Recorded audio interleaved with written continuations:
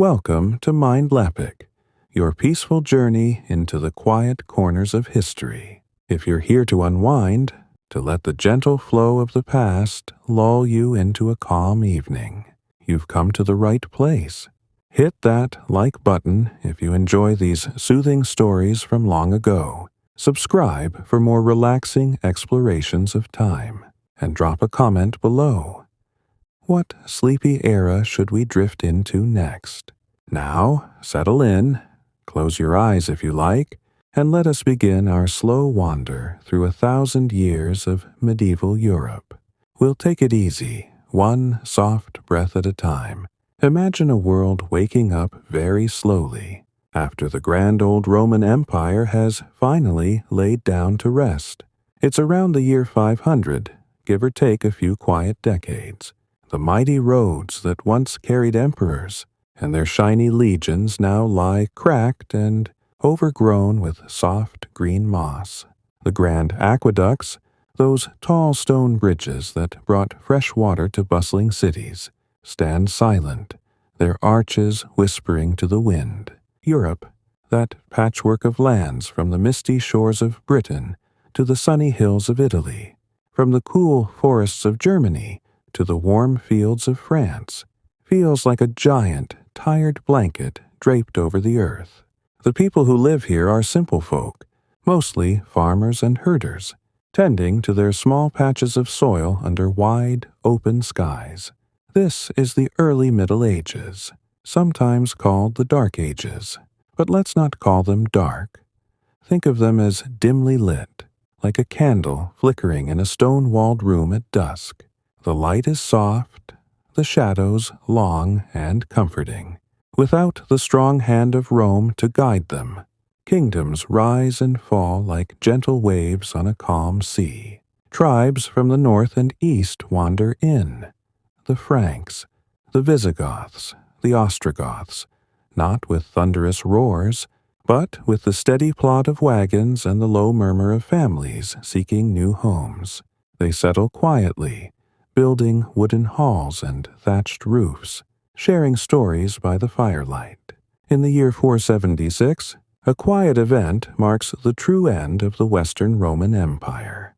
The last emperor, a boy named Romulus Augustulus, steps aside without much fuss. His throne is taken by a Germanic leader named Odoacer, who rules from Ravenna, that marshy city with its quiet mosaics gleaming in the fading sun. But power doesn't stay in one place for long. It drifts southward to Constantinople, where the Eastern Roman Empire, or Byzantium as we'll come to know it, carries on with its golden domes and silk-robed scholars. From there, emperors like Justinian dream of bringing the old glory back. In the 530s, he sends his general Belisarius across the sea to Italy. Belisarius fights with calm precision, reclaiming Rome in 536 after a short siege. The city, once home to 1 million souls, now holds only a few thousand weary residents. They cheer softly as the imperial banners rise again, but the victory feels fragile, like dew on morning grass. Justinian's reconquest is a slow, methodical affair. His armies push through North Africa first, defeating the Vandals in 533 with barely a ripple of excitement. Carthage falls quietly, its harbors filling with Byzantine ships that bob gently on the waves. Then comes Italy, where the Ostrogoths under King Vitiges put up a mild resistance. They hold out in Ravenna for 3 years, from 540 to 553, while the world outside seems to pause. Justinian's Code, that vast collection of laws compiled in the 530s, becomes the quiet backbone of justice. Scribes in Constantinople copy it onto parchment, their quills scratching softly in the lamplight, ensuring that old Roman wisdom doesn't fade entirely. But holding on to these lands proves as tiring as carrying a heavy cloak on a warm day. Plagues whisper through the populations. The Plague of Justinian, in 541, sweeps across the empire like a soft fog, taking lives without fanfare. It starts in Egypt, carried by fleas on grain ships, and drifts to Constantinople, where half the city falls silent. Bodies are carried out on carts that creak along empty streets, and the emperor himself grows pale, his dreams of unity dimming. By the 560s, the Lombards, another Germanic tribe, wander into northern Italy. They don't charge in with fury. They settle like neighbors borrowing a fence line, establishing a kingdom that lasts for 2 centuries. Ravenna remains a Byzantine outpost, its churches adorned with mosaics of Christ in quiet benediction. But the heart of Italy beats to a Lombard rhythm now. Across the Channel, in Britain, the story unfolds even more softly. The Romans left around 410, their legions marching away to defend other shores. The island, once dotted with villas and baths, returns to its misty wilds. Celtic tribes hold on in the west and north, their druidic whispers echoing in oak groves. Then come the Angles, Saxons, and Jutes from across the gray North Sea. They arrive in small boats, not as conquerors, but as settlers seeking fertile fields. By the 600s, 7 kingdoms emerge: Kent, Sussex, Wessex, Essex, East Anglia, Mercia, Northumbria, each with its own quiet king and wooden hall. They farm barley and raise sheep, their lives measured by the slow turn of seasons. Christianity begins its gentle creep into these lands. In 597, Pope Gregory the Great sends a monk named Augustine to Kent. Augustine lands at Ebbsfleet with 40 companions, their habits fluttering like white flags in the breeze. King Ethelbert listens politely to their tales of a loving God, and soon a church rises in Canterbury, its stones laid with care. The faith spreads northward, monk by monk, converting kings one by one. In Northumbria, Oswald of Bernicia welcomes Irish missionaries from Iona in 635. They build Lindisfarne, a tidal island monastery, where waves lap softly at the shores, and scribes illuminate manuscripts with intricate knots of color. The Book of Durrow, with its calm evangelists gazing eternally. Meanwhile, in the Frankish lands that will become France, Clovis unites the tribes in the late 400s. Warrior king with a soft spot for the church, he converts to Catholicism after a battle in 496, vowing to his wife Clotilde that, if victorious, he'd embrace her faith. The Merovingian dynasty he founds rules, with long hair as a symbol of power, uncut locks, flowing like quiet rivers. Their palaces at Paris and Soissons are modest affairs, halls of timber and wattle, where queens weave tapestries by candlelight. But by the 600s, real power slips to the mayors of the palace, like Pepin of Herstal, who manages the realm with a steady hand. As the 7th century drifts by, the world feels vast and unhurried. Trade trickles along old Roman roads, now rutted paths where merchants in woolen cloaks lead mules laden with salt and amber. Monasteries spring up like quiet oases. St. Gall in Switzerland, with its scriptorium where monks copy Virgil under arched windows. Bobbio in Italy, founded by Columbanus, who fled Ireland's green shores to preach in the Alps. These places are havens of learning, where the trivium, grammar, rhetoric, logic is taught in low voices, preserving scraps of the classical world amid the encroaching quiet. The year 711 brings a soft ripple from the south. Muslim armies from North Africa cross the Strait of Gibraltar, their banners fluttering like distant sails.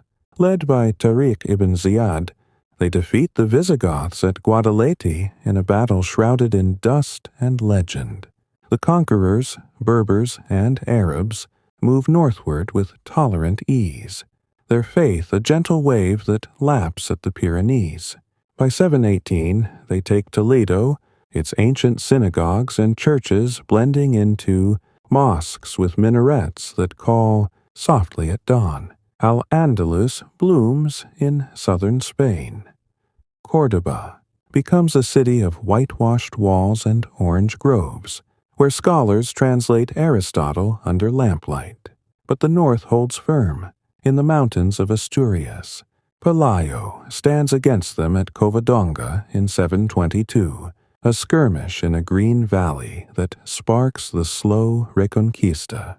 In the east, Charlemagne's grandfather Charles Martel halts the tide at Tours in 732. The Franks, under his calm command, meet the Umayyad forces near the Loire. It's not a clash of titans, but a steady defense, hammers falling on anvil-like shields.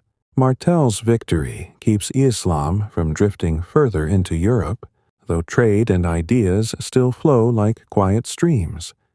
Silk from Baghdad, spices from the Indies, reaching Aachen via Venetian galleys.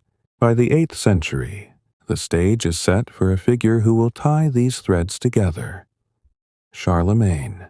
Born in 742, he grows into a king of broad shoulders and quiet ambition. In 751, his father, Pepin the Short, with papal blessing, deposes the last Merovingian and founds the Carolingian line. Pepin donates lands to the Pope, creating the Papal States in central Italy, a quiet alliance between sword and cross.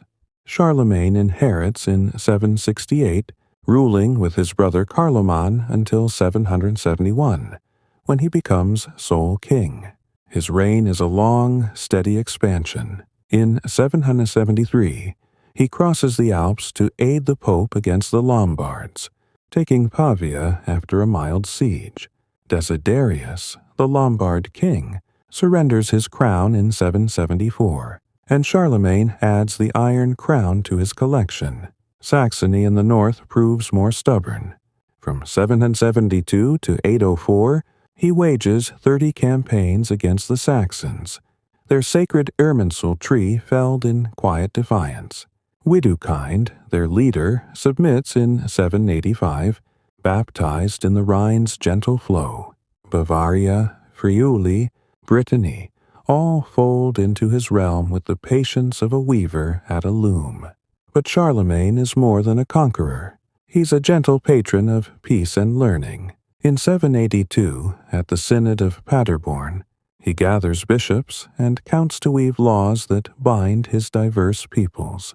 The Capitulary of Herstal in 779 outlines quiet reforms, bishops to teach the young, counts to administer justice fairly.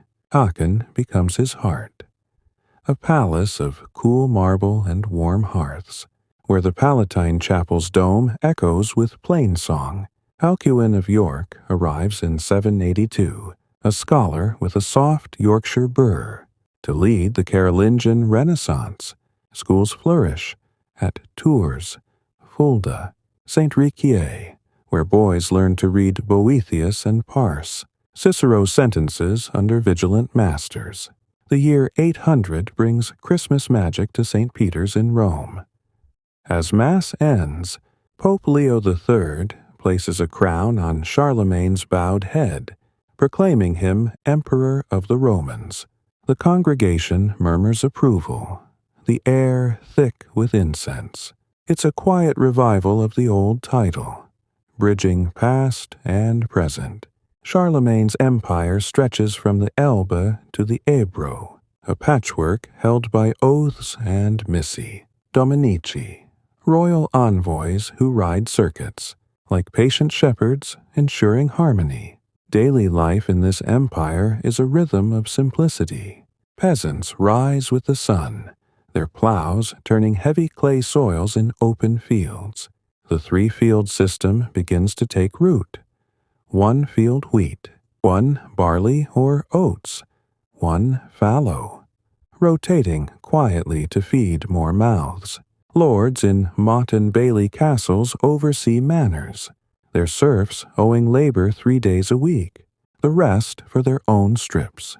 Meals are plain: rye bread, ale, cheese from ewes, occasional pork from the woods. Women spin wool by drop spindles, their songs low and lilting, dyeing threads with woad for blue cloaks that fade softly in the wash.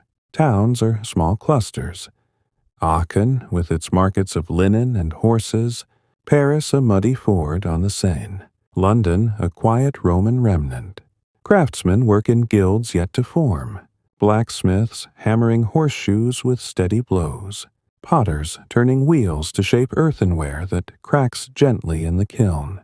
The church bells toll matins at dawn, vespers at dusk, marking time like a heartbeat. As Charlemagne's health fades in the 810s, he dictates his will in the cool halls of Aachen. He divides the realm among his sons, but only Louis the Pious survives to inherit in 814. Louis, a monkish king, rules with quiet piety, but his family frays the empire's edges. In 817, he partitions it among his sons Lothair, Pippin, Louis the German, a soft blueprint for division. Rebellions simmer. In 830, his nephews rise, forcing abdication in quiet Soissons. Restored, he battles on, but the Treaty of Verdun in 843 splits the realm forever. West Francia to Charles the Bald, east to Louis the German, middle to Lothair. This is the turning point, where the grand Carolingian dream dissolves into feudal mists. Vikings from the north begin their long, lazy raids. In 793, Lindisfarne's monastery burns softly, its monks scattering like leaves.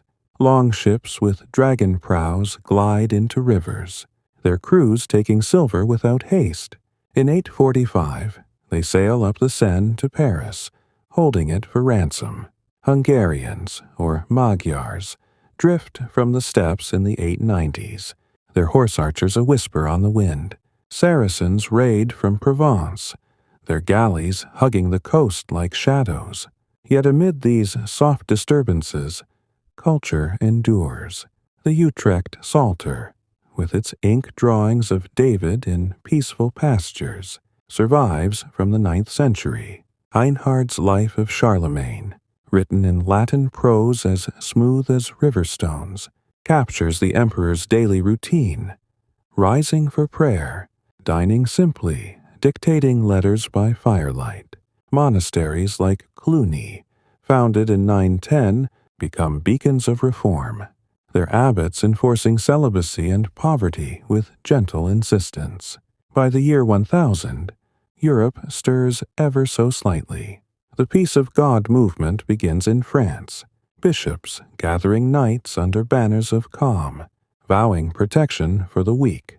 Pilgrimages to Santiago de Compostela draw quiet crowds along the Camino, their scallop shells clicking softly. Otto Werft of Germany, crowned emperor in 962, revives the Holy Roman Empire, a loose weave of duchies and bishoprics. His court at Magdeburg hums with Greek scholars fleeing Byzantine intrigue. In England, Alfred the Great holds Wessex against the Danes in the 870s, his burhs, fortified towns, rising like quiet walls. He translates Boethius into English, his words meant for hall reading by the hearth. His descendants, like Athelstan, unite the island by 927, a realm of shires and thanes, where laws are recited in measured tones.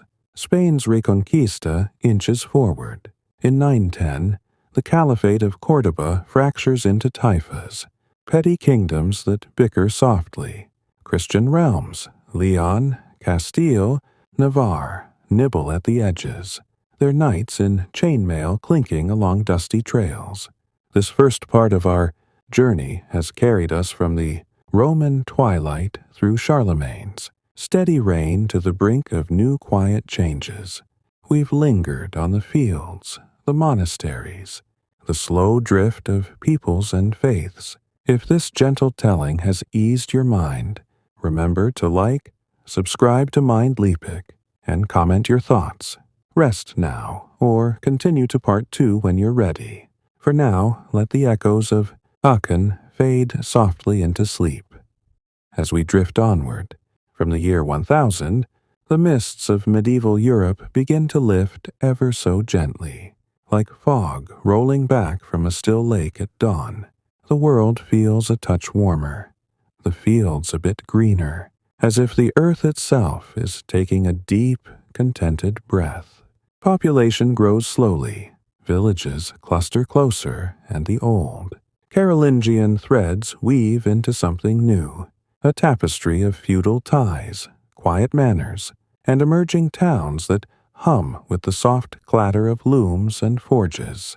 This is the High Middle Ages, from about 1000 to 1300, a time when Europe stretches its limbs, builds cathedrals that touch the clouds, and sends knights on journeys both holy and far-flung.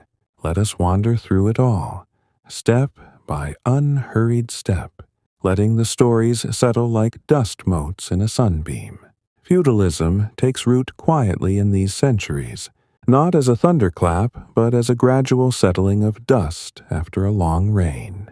Lords grant land, fiefs, to vassals in exchange for loyalty and service, a chain of oaths spoken in dim castle halls over cups of mulled wine.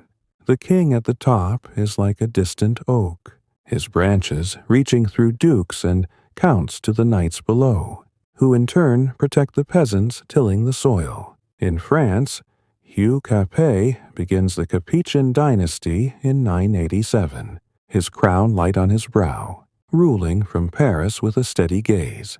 His descendants, like Philip II Augustus, expand quietly, adding Normandy after outmaneuvering the English in the late 1100s.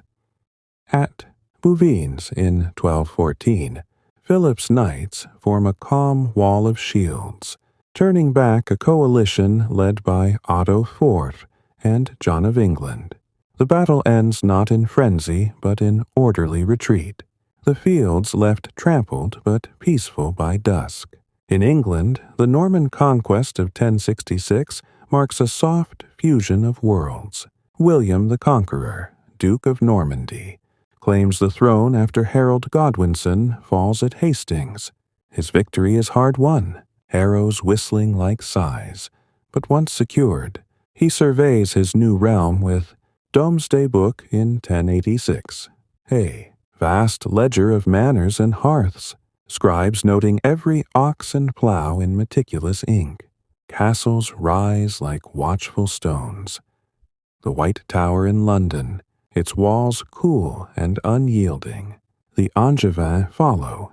Henry II in 1154, blending English and French lands into an empire that stretches to the Pyrenees. His courts dispense justice with quiet efficiency, heirs traveling the shires like patient judges. Magna Carta in 1815, sealed at Runnymede under a spreading yew, curbs the king's whims. Barons murmuring clauses by the river's edge, ensuring no freeman hangs without law. Germany's Holy Roman Empire drifts through emperors like Henry III in the 1040s, who appoints popes from his Speyer palace, the Salian dynasty wielding crozier and crown in tandem. But the investiture controversy simmers softly from 1075, when Pope Gregory VII decrees that bishops receive rings and staffs from church alone, not lay hands. Henry IV's penance at Canossa in 1077 is a winter tale. Barefoot in the snow, he waits 3 days before the castle gates, the Pope relenting with a quiet absolution. The Concordat of Worms in 1122 eases the rift, emperors renouncing investiture but keeping a say in elections.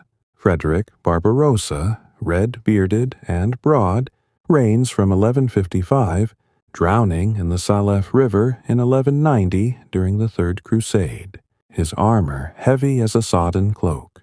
His grandson, Frederick II, Stupor Mundi, rules Sicily with a court of scholars, his falconry treatises written in calm prose, eagles wheeling lazily over Palermo's gardens.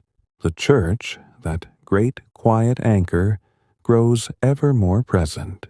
The Cluniac reforms of the 900s spread to Citeaux in 1098, where Bernard of Clairvaux founds the Cistercians. Their abbeys are simple stone affairs, white-robed monks chanting in plain chant, clearing forests with patient axes to build granges of wheat and wool. Bernard preaches the Second Crusade in 1146, his voice a soothing tide drawing nobles to the cross. Pilgrims tread paths worn smooth. To Rome's 7 churches, Jerusalem's Holy Sepulchre, Compostella's silver-starred tomb, relics draw the faithful, a thorn from Christ's crown in a silver monstrance, carried in procession with candles flickering softly. Cathedrals begin their slow ascent, stone by stone, as if the faith itself is reaching upward. Chartres in France starts in 1194, after fire claims the old roof, its spires piercing the plain like prayers. Stained glass windows glow with Bible tales. Adam and Eve in Eden's gentle shade, the Last Supper's bread breaking in azure light. Builders use flying buttresses, those arched supports like outstretched arms, allowing walls of glass that filter sun into rainbows on flagstone floors. Notre-Dame de Paris rise from 1163, its gargoyles grinning from heights, rainwater spouting from stone mouths. In England, Canterbury's choir rebuilds after 1174 blaze, Thomas Becket's blood still fresh in memory, murdered in 1170 by knights mistaking. Henry's murmur for command, their blades falling in the transept's hush. Universities emerge like quiet springs of knowledge. Bologna, in 1088, gathers lawyers poring over Justinian's code, their disputations held in echoing halls. Paris follows in the 1150s, theologians debating in the Latin Quarter's narrow streets, Aristotle's works smuggled from Arab lands via Toledo's translators. Oxford blooms by 1167. When English scholars flee Henry's clash with Thomas, its colleges like Merton, founded in 1264, with endowments of land and books. Students in woolen robes wander from lecture to tavern. Whether God could make a stone too heavy for him to lift. Masters like Abelard and Heloise exchange letters in the 1120s. Their love a soft scandal amid scholastic rigor. Trade awakens gently. Rivers and seas carrying goods like whispers. The champagne fairs in France, from 1100s, draw merchants to Troy and Provence, tents pitched on meadows where wool from England meets spices from Venice. Guilds form in towns. Weavers in Flanders, their looms clicking steadily. Goldsmiths in Cologne, hammers tapping filigree. The Hanseatic League binds Baltic ports from 1200, Lübeck's warehouses stuffed with herring and timber, ships with crow's nest sails gliding under gray skies. Italian city-states rise. Venice with its arsenal of galleys, doges elected in secret ballots, Genoa's bankers lending to kings, their ledgers balanced by abacus beads. The Crusades call like distant bells, a series of journeys from 1095 to 1291, blending piety and adventure in equal measure. Pope Urban VIII, at Clermont in 1095, urges the faithful to free Jerusalem, his words Deus vult echoing softly. The First Crusade assembles princes. Godfrey of Bouillon, Bohemond of Taranto, Raymond of Toulouse. They march in 1096. The People's Crusade, led by Peter the Hermit, scattering before Turkish bows. The main host sieges Antioch in 1098, starvation gnawing until a visionary finds the Holy Lance buried in the cathedral floor. Jerusalem falls in July 1099, streets running with blood. But Godfrey refuses a crown, becoming Advocatus Sancti Sepulchri, defender in male coif. The kingdom of Jerusalem endures precariously. Knights of the temple and hospital templing vows in white mantles, their preceptories dotting Outremer like quiet fortresses. Saladin recaptures Jerusalem in 1187 after Hattin, where thirst undoes the Franks under Guy of Lusignan. The true cross captured in the dust. Richard Lionheart sails for the Third Crusade in 1190. His truce with Saladin in 1192, allowing pilgrims safe passage. Citrus groves shared in courtesy. The fourth veers to Constantinople in 1204, crusaders sacking the city in a haze of greed. Latin emperors ruling from Hagia Sophia's desecrated nave. Children march in 1212. The Children's Crusade dissolving into tragedy. Boys and girls vanishing into ports or mountains. Acre falls in 1291. The last crusader bastion crumbling softly. Waves lapping at empty walls. Amid these eastern echoes, the Mongols stir in the 1200s. Their hordes a distant rumble. Genghis Khan unites tribes in 1206. His riders sweeping west to Baghdad's fall in 1258, the House of Wisdom's scrolls floating down the Tigris. But Europe feels only ripples. Hungarian plains trampled in 1241, then spared when Ogoday's death calls them home. In the west, Iberian Reconquista grinds on. Ferdinand III takes Cordoba in 1236. Seville in 1248, mosques becoming churches with steeples tolling softly. The Nasrid kingdom clings to Granada, its Alhambra a palace of arches and fountains, lions slumbering in alabaster. Daily rhythms persist unchanged. A balm against grander tides. Peasants in open-field villages rise to the rooster's crow, scything rye in summer heat, threshing with flails that whisper against wood. The manor court settles disputes under the Lord's oak. A stolen pig, a broken fence, fines paid in eggs or labor. Women brew ale in vats, their skirts tucked, yeast bubbling lazily. They card wool with combs of bone, spinning yarn that twists like dreams. Children herd geese to the common, their laughter faint as birdsong. Winters bring mending by the hearth. Tales of saints spun from distaffs. Knights train in the lists, lances splintering with muffled cracks, but tournaments are pageants of color. Banners of azure lions, helms plumed with ostrich. Chivalry codes emerge in Chrétien de Troyes' romances of the 1170s. Arthur's court a haze of quests for the Grail. Lancelot's love a quiet ache. Troubadour in Provence strum lutes, their cansos praising ladies fair, when the sweet glance of my lady, echoing in Castle Solar. Literature flows in measured verse. The Song of Roland from around 1100 recounts Charlemagne's rear guard at Roncesvalles, horns blowing low in the Pyrenees. Geoffrey of Monmouth's History of the Kings of Britain in 1136 weaves Arthurian mists, Merlin's prophecies drifting like smoke. In Iceland, sagas are recited in turf-roofed halls, Hegel's verses carved in runestone calm. By 1300, shadows lengthen once more. The Great Famine of 1315 to 1317 grips the land, rains turning fields to mud, ergot poisoning rye bread with visions.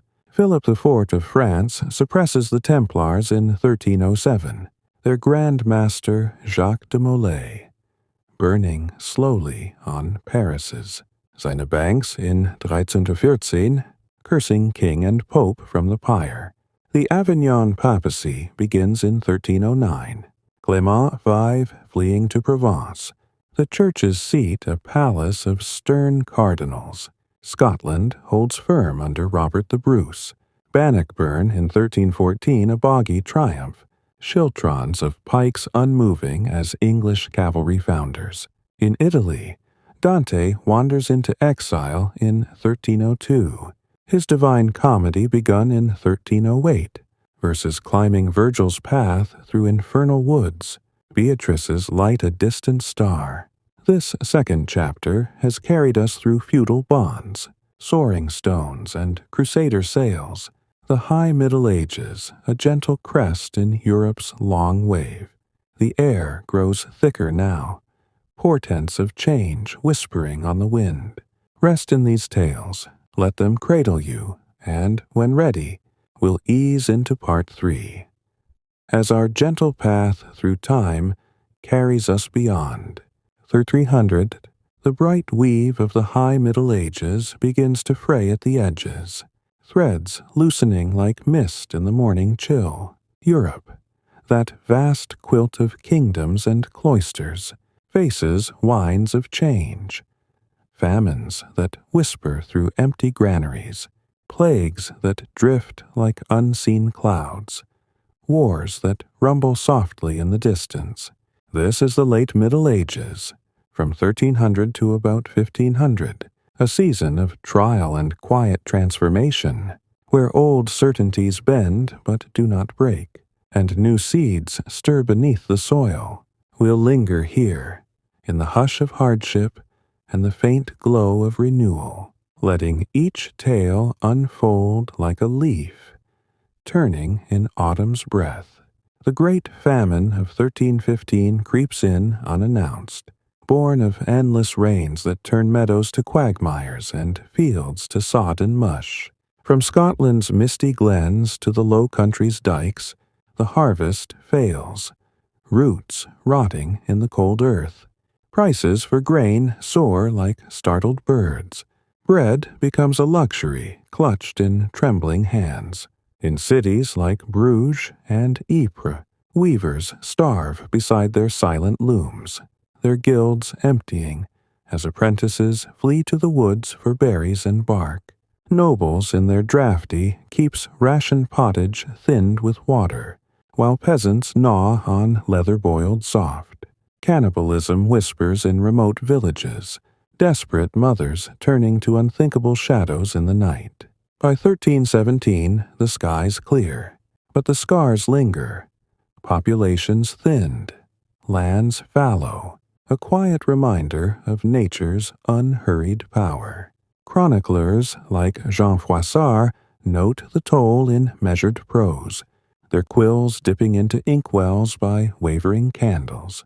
No sooner does the earth recover than a greater shadow falls. The Black Death, that silent traveler from the east. It arrives in Messina's harbor in 1347.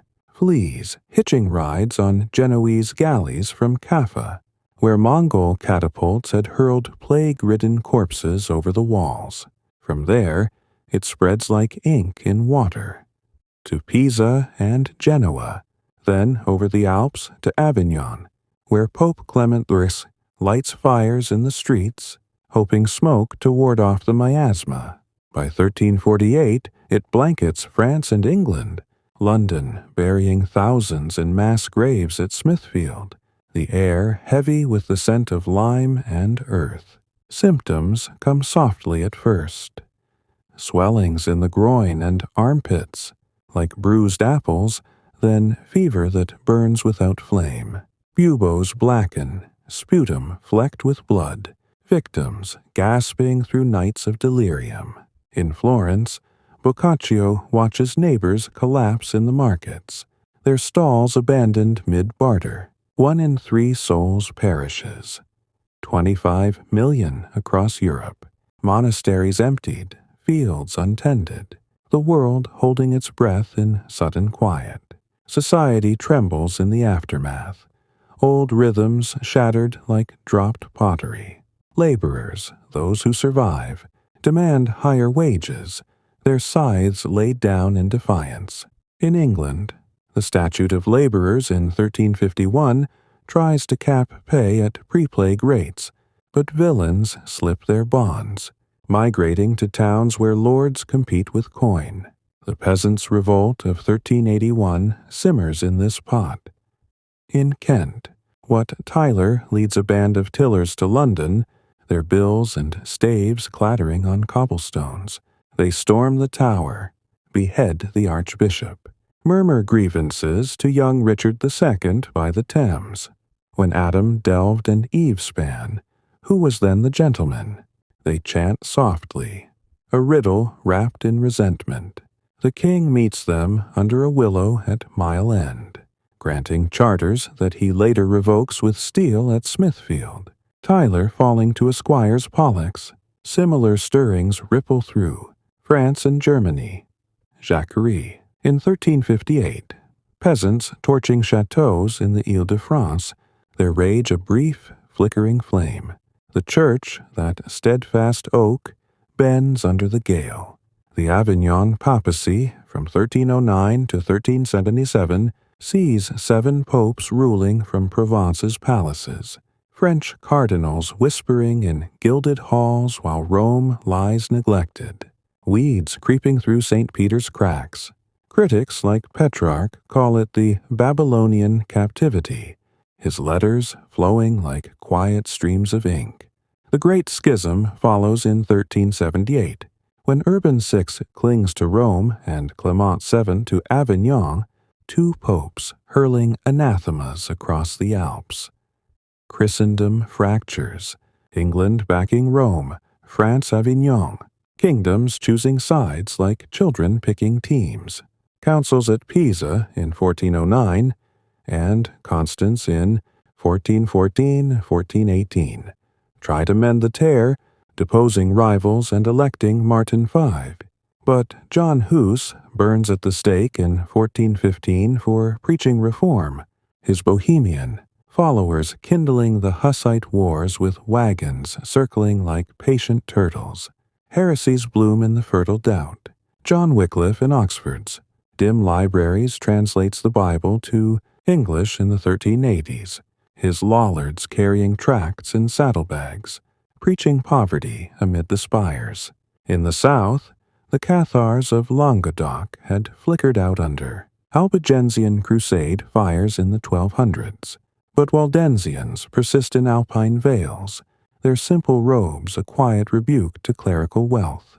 Jan Hus's chalice becomes a symbol in Prague, where defenestrations in 1419 hurl officials from windows into dung carts, sparking Hussite defiance with flails and plowshares against crusader knights. War becomes a constant companion, low and brooding. The 100 Years' War between England and France stretches from 1337 to 1453, a series of truces and skirmishes like breaths in a long sigh. Edward III claims the French throne through his mother Isabella, his longbows humming at Crécy in 1346, Genoese crossbows silenced by Welsh yew. Poitiers in 1356 sees the Black Prince capture King John II, ransom dragging for years as the Dauphin rules in shadow. The Treaty of Bretigny in 1360 carves Aquitaine to England, but resentment festers like an untended wound. Charles V regains ground quietly. Du Guesclin's free companies harrying English garrisons. Henry V revives the flame at Agincourt in 1415, mud sucking at French plate armor, arrows falling like black rain.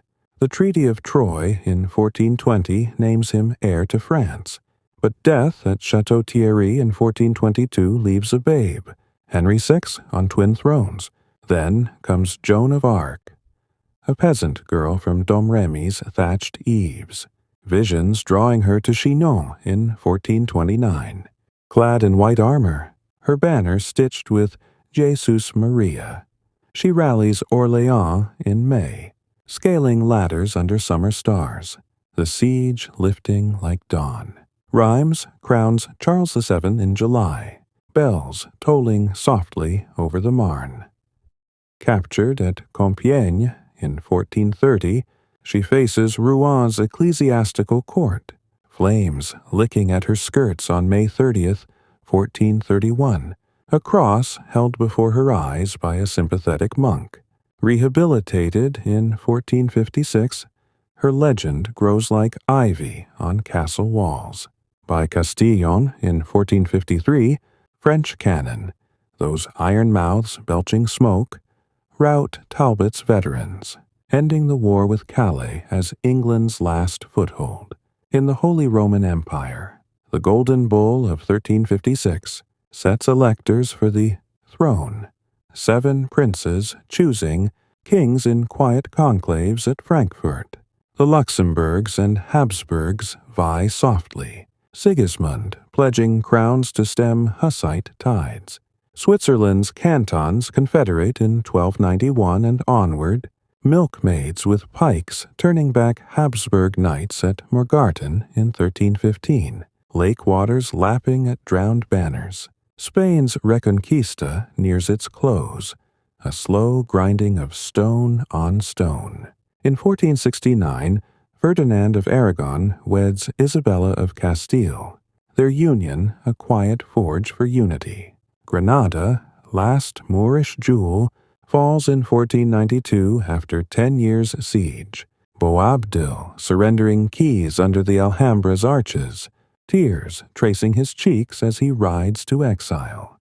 Columbus sails west that same year, his Niña, Pinta, and Santa Maria bobbing on Atlantic swells, mistaking Cuba for Cathay, a new world glimpsed in the haze.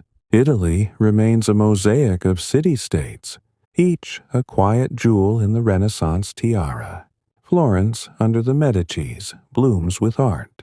Lorenzo the Magnificent patronizing. Botticelli's Birth of Venus on a shell-washed shore. Ghirlandaio frescoing Sassetti tombs in Santa Trinita. The Medici Bank spans Bruges to the Bosphorus, ledgers balanced by abacuses clicking like rain. Venice's doges rule from the ducal palace, glass beads traded for Ottoman spices, arsenal shipwrights hammering hulls in rhythmic hush. Milan's Visconti and Sforza's commission Leonardo, his Last Supper gazing from Santa Maria delle Grazie, apostles frozen in eternal conversation. Rome, under papal nepotism, sees Alexander VI Borgia feasting in the Vatican, his daughter Lucrezia gliding through halls scented with orange blossom. The Renaissance stirs like a sleeper turning, humanism whispering from recovered scrolls. Petrarch's sonnets in the 1300s praise Laura's golden hair, his canzoniere a balm for exiled hearts. Boccaccio's Decameron, told by youth's fleeing plague in Fiesole's villas, weaves tales of tricksters and lovers in Tuscan prose.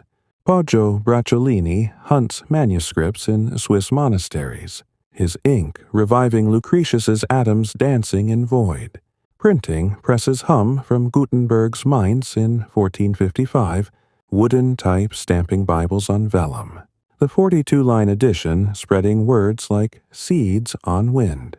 Aldus Manutius in Venice prints pocket classics in italics, pages turning softly in scholars' laps. Science and thought evolve in gentle increments. Roger Bacon in 1260s. Oxford urges experiment over authority, his lenses bending light in friary cells. Nicholas Oresme graphs qualities in Paris, lines rising like hills on parchment. Universities expand. Krakow, founded 1364, absorbing Hussite exiles. Heidelberg in 1386, its library chained with silver. Women like Christine de Pizan pen The Book of the City of Ladies in 1405, defending Sappho and Hypatia in illuminated folios. Daily life persists amid the flux, a steady undercurrent. In plague-scarred villages, survivors replow fields with heavier plows, horses straining in harnesses, the heavy plowshare turning deep furrows for wheat that waves like golden seas. Markets bustle anew. In Nuremberg, patricians trade furs from Novgorod, their scales tipping with the weight of silver pfennigs. Taverns serve hippocras spiced with ginger, dice rolling on scarred boards, minstrels plucking rebecks for coppers, weddings bind with rings exchanged under linden trees, feasts of swan and subtleties, sugar sculptures of castles melting in the warmth. Clothing shifts softly. Bourgeois in houppelons of fur-trimmed velvet, trains sweeping dust from hall rushes, peasants in smocks of undyed wool, clogs hollowed from alder. Hygiene improves in towns, bathhouses steaming with rosewater, public laundries by rivers where washerwomen beat linen with paddles dipping rhythmically. By 1500, the medieval world exhales its last, portals opening to what lies beyond. Machiavelli pens The Prince in 1513, counsel cold as Florentine marble. Erasmus's praise of folly mocks indulgences in 1511, his quill a gentle thorn. Luther's theses nail to Wittenberg's door in 1517, but that's a tale for another drift. This third gentle chapter has led us through famine's chill, plague's hush, war's murmur, to the Renaissance's first light. Europe stands transformed, quieter in its strength. Let these stories settle like evening dew. And when the moment calls, we'll ease into part 4, as we ease forward from the turning of the 15th century. The medieval tapestry, though worn by tempests of plague and strife, reveals hidden patterns woven deep in threads of devotion and discovery. Europe, that enduring cradle of stone and story, finds solace in the steady pulse of prayer and the soft turning of pages, where monks' chants mingle with merchants' murmurs, and scholars' lamps flicker against the encroaching night. In this fourth gentle chapter, spanning the deepening folds of the late Middle Ages and the first whispers of what follows, we'll drift through the realms of faith's quiet fervor, the slow bloom of learning's light, and the everyday graces that bind it all. Let these reflections wrap around you like a woolen cloak on a cool evening, inviting rest in their familiar folds. Faith remains the quiet compass of these years, a lighthouse beam cutting through doubt's fog. The Church, vast as an ancient forest, branches into orders that tend the soul's garden. The Franciscans, born of St. Francis's gentle vow in 1209, wander in rough brown habits, preaching to birds in Umbrian groves, their rule of poverty, a soft rebuke to worldly gold. Clare of Assisi joins in 1212, founding Poor Clares, whose enclosure echoes with psalms sung in shadowed choirs. Dominicans follow, Dominics black and white, friars from 1216 preaching in market squares. Their Summa Theologica by Aquinas in the 1270s, a towering oak of reason, branches laden with proofs for God's existence. Unmoved mover, first cause, argued in scholastic calm. The Inquisition, established in 1231 by Gregory IX, moves like a careful gardener, pruning heresy with trials held in dim consistories, racks turning slowly in Toledo's cellars, but often ending in quiet recantations over cups of herbal tea. Pilgrimages draw the faithful like rivers to the sea, paths trodden smooth by sandaled feet. The Via Francigena winds from Canterbury's frosty crypts through Rheims' portals to Rome's basilicas, travelers murmuring aves under linden avenues, their scripts heavy with crusts and relics. A splinter of the true, cross wrapped in silk, Santiago de Compostela calls from Spain's green northwest, the Botafumeiro swinging in incense clouds, its silver chains creaking like distant waves. In the east, echoes of crusader loss linger. Pilgrims to the Holy Land sail from Venice's lagoons, galleys dipping oars in Adriatic blue, bartering Venetian ducats for safe passage past Acre's ghosts. Indulgences sell softly in cathedral porches, pardoners with sealed bulls promising years off purgatory, their voices low as rustling leaves. Mystics rise like morning mists, their visions a private dawn. Julian of Norwich in 1373, anchored in her cell at St. Julian's, beholds Christ in hazelnut hands, her revelations of divine love penned in Middle English. All shall be well, and all shall be well, and all manner of thing shall be well. Mechthild of Magdeburg's flowing. Light of the Godhead flows in 1250s German, her soul's dialogues with the divine, a stream of honeyed words. Catherine of Siena, in 1370s Italy, writes letters to popes in Avignon's halls, urging return to Rome, her stigmata hidden under Dominican veils, fasting on the Eucharist alone. Hildegard of Bingen, though earlier in the 1150s, lingers in memory. Her Sivia's visions illustrated in Rupertsberg manuscripts, mandalas of fire and water, her music for voice and viol, rising in ethereal lines. Art serves faith with humble hands, icons gazing from wooden panels, their gold leaf-catching candle glow. In Byzantium's fading light, the Pantocrator of Sinai stares eternal from the 6th century, but new works bloom in the west. Giotto's frescoes in Padua's Scrovegni Chapel from 1305, figures leaning forward in tender humanity. The Lamentations, Mary cradling Christ like a fallen sparrow. Altarpieces multiply. Van Eyck's Ghent Polyptych, in 1432, oils layering mystic lamb under azure skies. The Adoration's blood flowing into chalice calm. Illuminated books of hours, like the Très Riche Heur of 1410s, show peasants harvesting under ducal arms, gold inks gleaming on vellum turned by noble fingers.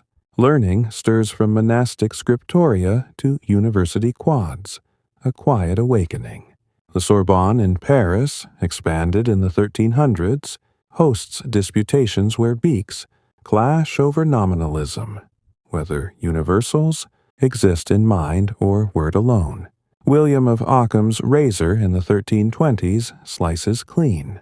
Entities should not be multiplied beyond necessity. His logic a tool sharpened on Franciscan poverty. In Italy, the Studium of Florence draws humanists like Coluccio Salutati, copying Cicero's letters in 1370s villas, their Renaissance a revival of pagan muses amid Christian choirs. Poggio's 1417, discovery of Quintilian in a Swiss abbey, sparks a chain of hunts, manuscripts smuggled like treasures from dragon hoards. Printing's revolution hums softly from Gutenberg's press, but earlier scribes preserve the flame. The library at Bobbio, Columbanus's gift, holds Carolingian codices rebound in oak boards, clasps clicking shut on Augustine's confessions. Oxford's Bodleian begins in 1320s chains, books tethered like reluctant birds to prevent theft. Women enter the fray. In 1400s Germany, nuns at Soest illuminate psalters, their needles pricking vellum with prayers in blue and crimson. Trotula of Salerno's 12th century gynecology texts circulate in Latin, advising on childbirth with herbal poultices and calm incantations. Exploration tugs at Europe's edges, ships' sails billowing like dreams. Prince Henry, the navigator's school at Sagres in 1410s. Portugal sends caravels down Africa's coast, gold and ivory trickling back to Lisbon's quays, maps charting capes with quill strokes. Diaz rounds the Cape of Good Hope in 1488, tempests bending masts but yielding to trade winds. Da Gama reaches Calicut in 1498, spices' scent wafting on monsoon breezes, his rhyme of the voyage recounting stars navigated by astrolabe's brass arc. In the north, Scandinavia drifts in union. The Kalmar Union of 1397 binds Denmark, Sweden, Norway under Margaret War, her crown a quiet bridge over fjords. Iceland's Althing meets in open fields, sagas recited under Thingveller's cliffs, where chieftains carve runes on sticks for votes. Russia's rise whispers from Muscovy's forests. Ivan III throws off Mongol yoke in 1480, marrying Byzantine, Zoe to claim Third Rome, his Kremlin walls rising in red brick serenity. Daily life in these shadowed times holds a resilient grace, routines like the tide's ebb and flow. In a Flemish town like Ghent, dawn breaks with the carillon's bells tolling lauds, weavers rising to shuttle wool through looms in guild halls marked by saintly signs. Breakfast is pottage of barley and leeks, simmered overnight in clay pots hooked over embers. Children scamper to dame schools, ABCs traced on hornbooks waxed smooth, while apprentices sweep shops of pepper and pins. Midday brings the Angelus bell, pausing hammers for a murmured Hail Mary, then back to tasks. Tanners stirring hides in lime pits, their arms whitened like ghosts. Afternoons unfold in markets. Stalls heaped with cabbages from convent gardens, fishwives calling softly for herring smoked over beach, barbers double as surgeons, leeches in jars wriggling for bloodletting, their poles red and white spirals twirling in breeze. Evenings gather families in hall or hovel, hearths crackling with tales from chapbooks, Reynard the fox, outwitting the wolf in woodcuts, crude but charming.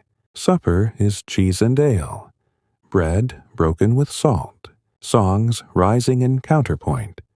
Sumer is Icumen in, voices blending like streams. For the noble, life glides in cushioned calm. Hunts in autumn woods, falcons stooping on larks with bells tinkling. Then feasts in great chambers hung with arras tapestries of unicorn hunts. Ladies embroider with silks from the Levant, patterns of millefleurs blooming under needles patient pierce. Tournaments echo fainter now, less blood in the sand, more dance in the pavilions where minstrels harp airs of courtly love. Medicine blends herb and prayer. Hildegard's Physica prescribes fennel for eyes, her mandrakes drawn with human roots.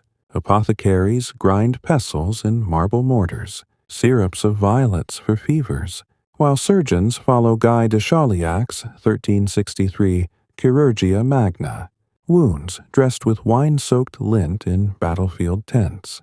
The dancing mania of 1374 grips Strasbourg's streets, sufferers twirling to pipers' flutes until exhaustion claims them, a mystery chalked to Ergot's spell. Festivals punctuate the year like stars. Corpus, Christi processions in 1264's wake, hosts carried under canopies of silk, guilds marching with candles dripping wax pools. May Day rings with Morris dancers in bells, hobby horses capering round the maypole braided green. All Souls in November sees soul cakes begged door to door. A souling, voices soft as falling leaves. By the 1490s, portents multiply. Savonarola's bonfires in Florence. Consume vanities in 1497, his prophecies a whip to Medici excess. In Spain, the Inquisition's auto da fe draws crowds to Valencia's plazas. Heretics penitent in San Benito's. flames leaping like judgmental tongues, yet beauty persists. Dürer's engravings from 1498, Melancholia, eye pondering with bat-winged muse, her sphere etched in copper calm. This fourth drift has lingered on faith's embrace, learning's lamp, and life's unyielding rhythm, bridging medieval depths to dawning lights. The air holds promise now, faint as first light. Let these whispers lull you, and when slumber lifts, we'll wander into Part 5A's. Our serene voyage through the ages glides past the 15th century's close. The medieval world, etched in stone and scripture, begins to soften at its borders, colors bleeding into fresher hues like dawn tinting the horizon. Europe, that timeless expanse of rivers and ridges, awakens to the Renaissance's quiet murmur, a revival not of clamor but of calm contemplation, where artists' brushes dip in pigments ground from lapis and ochre, and thinkers reclaim the ancients' scrolls with reverent hands. In this fifth tranquil chapter, we'll meander through Italy's sun-warmed studios, the courts of France and England where humanism takes root like ivy on old walls, and the subtle shifts in society that presage greater drifts. Allow these vignettes to settle softly, like petals on a still pond, easing your thoughts toward peaceful repose. Italy stands as the cradle of this rebirth, Florence its beating heart, pulsing with the Arno's gentle flow. The Medici, bankers turned patrons, weave gold into culture's loom from the 1430s onward. Cosimo the Elder fills San Marco with Fra Angelico's frescoes, the Annunciation in hushed corridor, Gabriel's wings folded in serenity, Mary's gaze lowered in blue-veiled grace.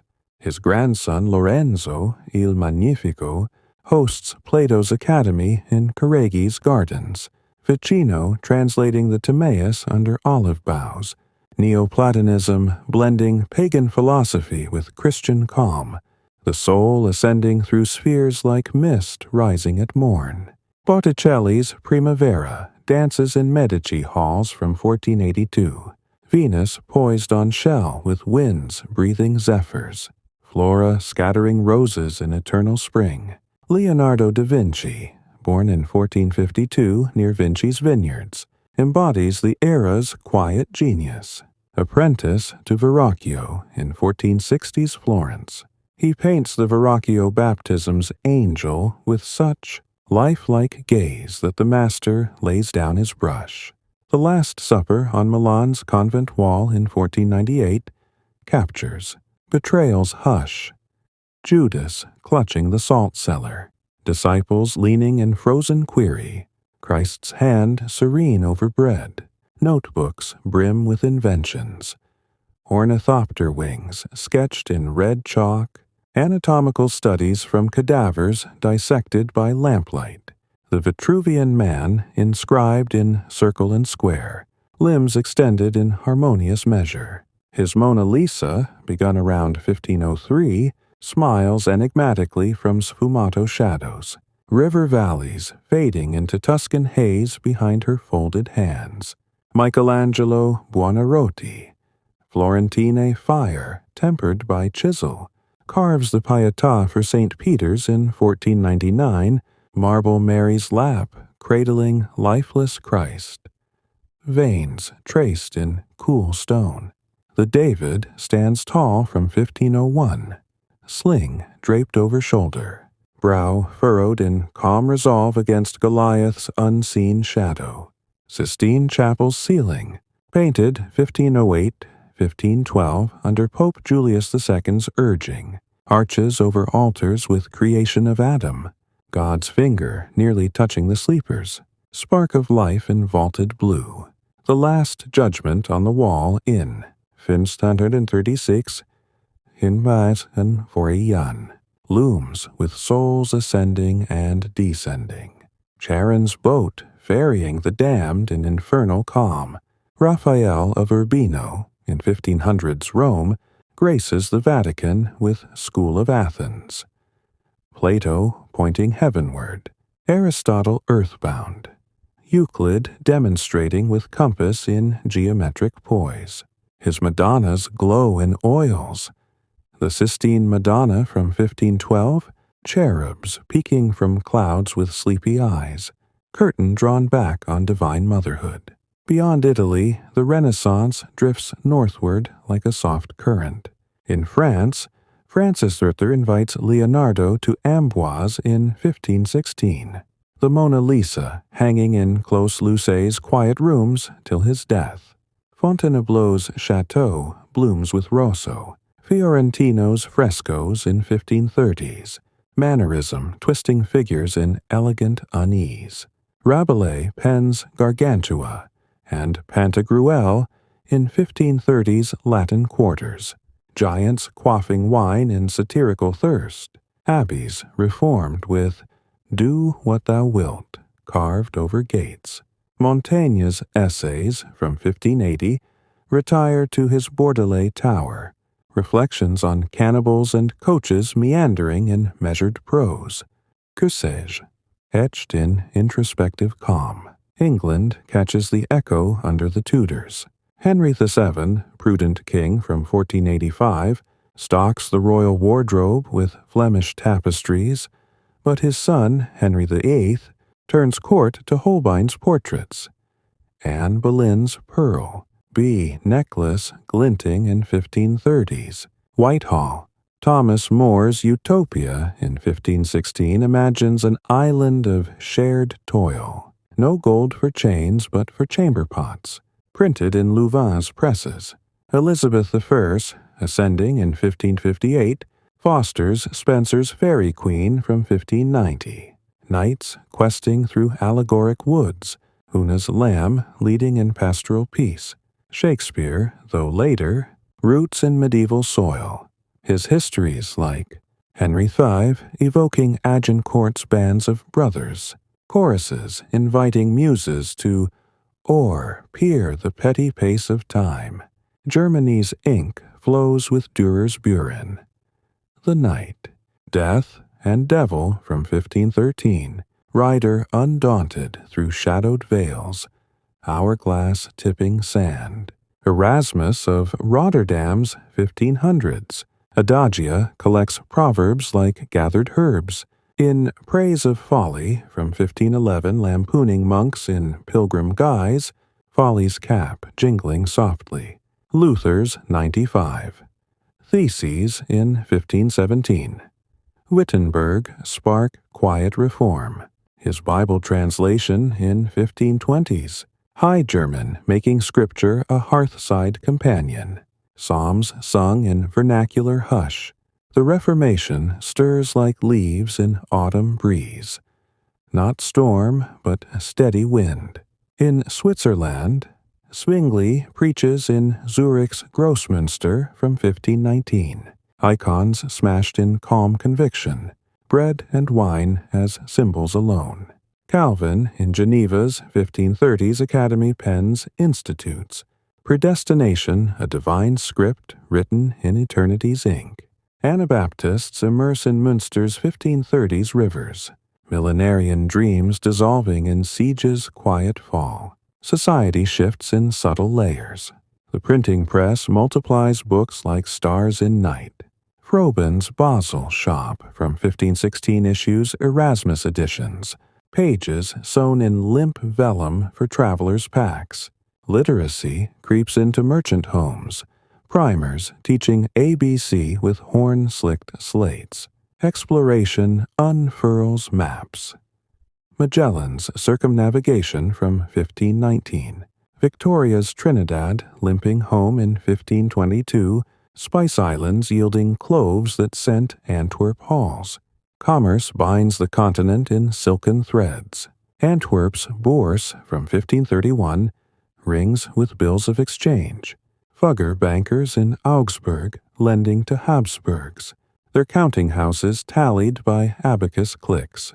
The putting out system spreads in England's 1500s wool towns.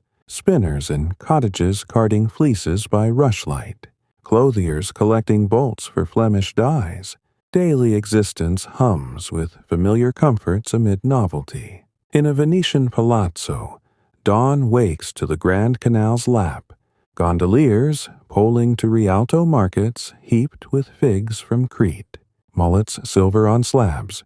Breakfast is panettone crumbed in milk, then to the arsenal where caulkers hammer oak planks, tar bubbling in copper kettles, midday siesta in shaded loggias, lutes strumming frotally airs.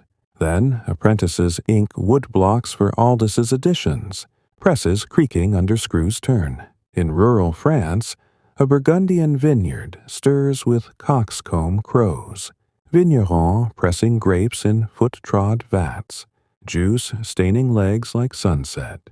Women weave linen on great wheels, shuttles flying in rhythmic hush, patterns of acanthus leaves for altar cloths.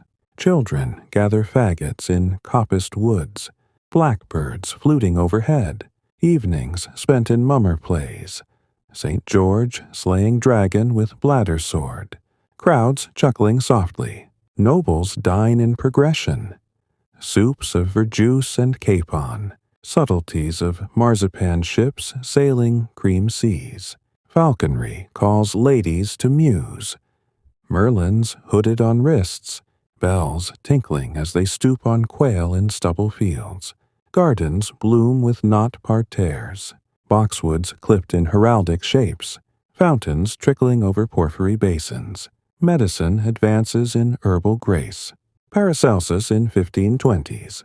Basel burns Avicenna's canon, dosing with mercury and antimony in alchemical calm, his spagyrics distilling quintessences from dew-kissed roses. Vesalius's 1543 Fabrica dissects bodies in Padua's theater, copper plates showing sinews in layered reveal, heart's valves whispering blood's one-way flow. Music lifts in polyphonic waves. Josquin des Prés, 1500s motets in Bruges chapels, voices weaving Ave Maria in golden threads. Palestrina's 1560s masses restore calm to Counter-Reformation choirs, marblesque lines flowing without secular strain. Lutes in French gardens pluck airs de cour, fingers dancing on frets carved with lovers' knots. Festivals endure as seasonal breaths, carnival in Venice's. 1500s piazzas, masks of velvet and feathers hiding noble cheeks. Bucentoro gliding to Lido with oars dipping in unison. Harvest homes in English shires crown the May Queen with wheat sheaf garlands, fiddles scraping jigs till moonrise. By 1600's edge, the medieval fades like twilight. Renaissance lights kindling broader fires. Galileo peers through Dutch lenses in 1609 Padua, moons of Jupiter drifting in telescopic calm. Kepler's 1609 Astronomia Nova traces ellipses in planetary dance, harmonies mathematical as lute strings. This fifth serene passage has traced art's bloom, reform's whisper, and change's tender hand, bridging old worlds to emerging shores. Let these images drift like clouds across your mind's quiet sky, and when rest renews you, we'll flow into part 6 as our peaceful passage through the corridors of time carries us into the 16th century's gentle embrace.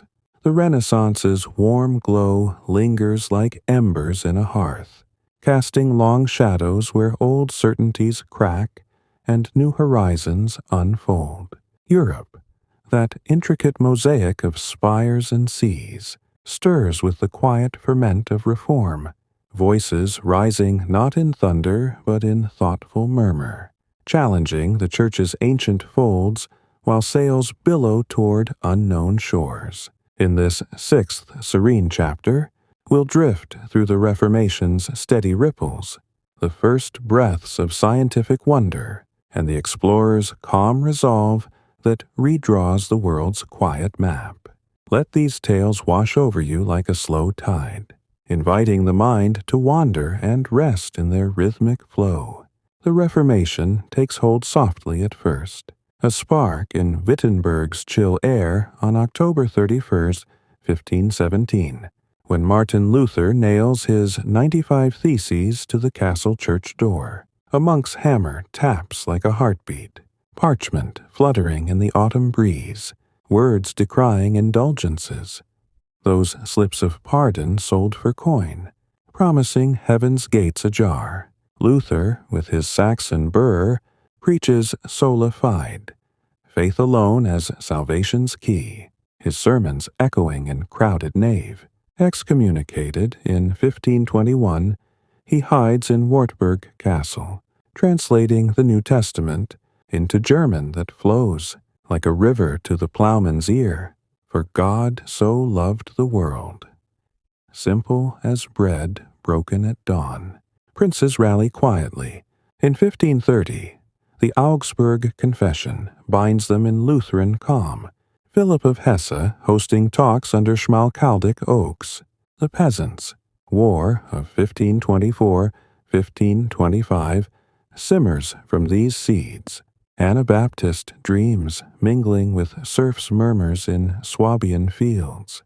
Thomas Münzer preaches equality from Allstedt's pulpit, his trombones blaring hymns of revolt. But princes' pikes crush the banners at Frankenhausen, blood soaking the May grass in hushed defeat.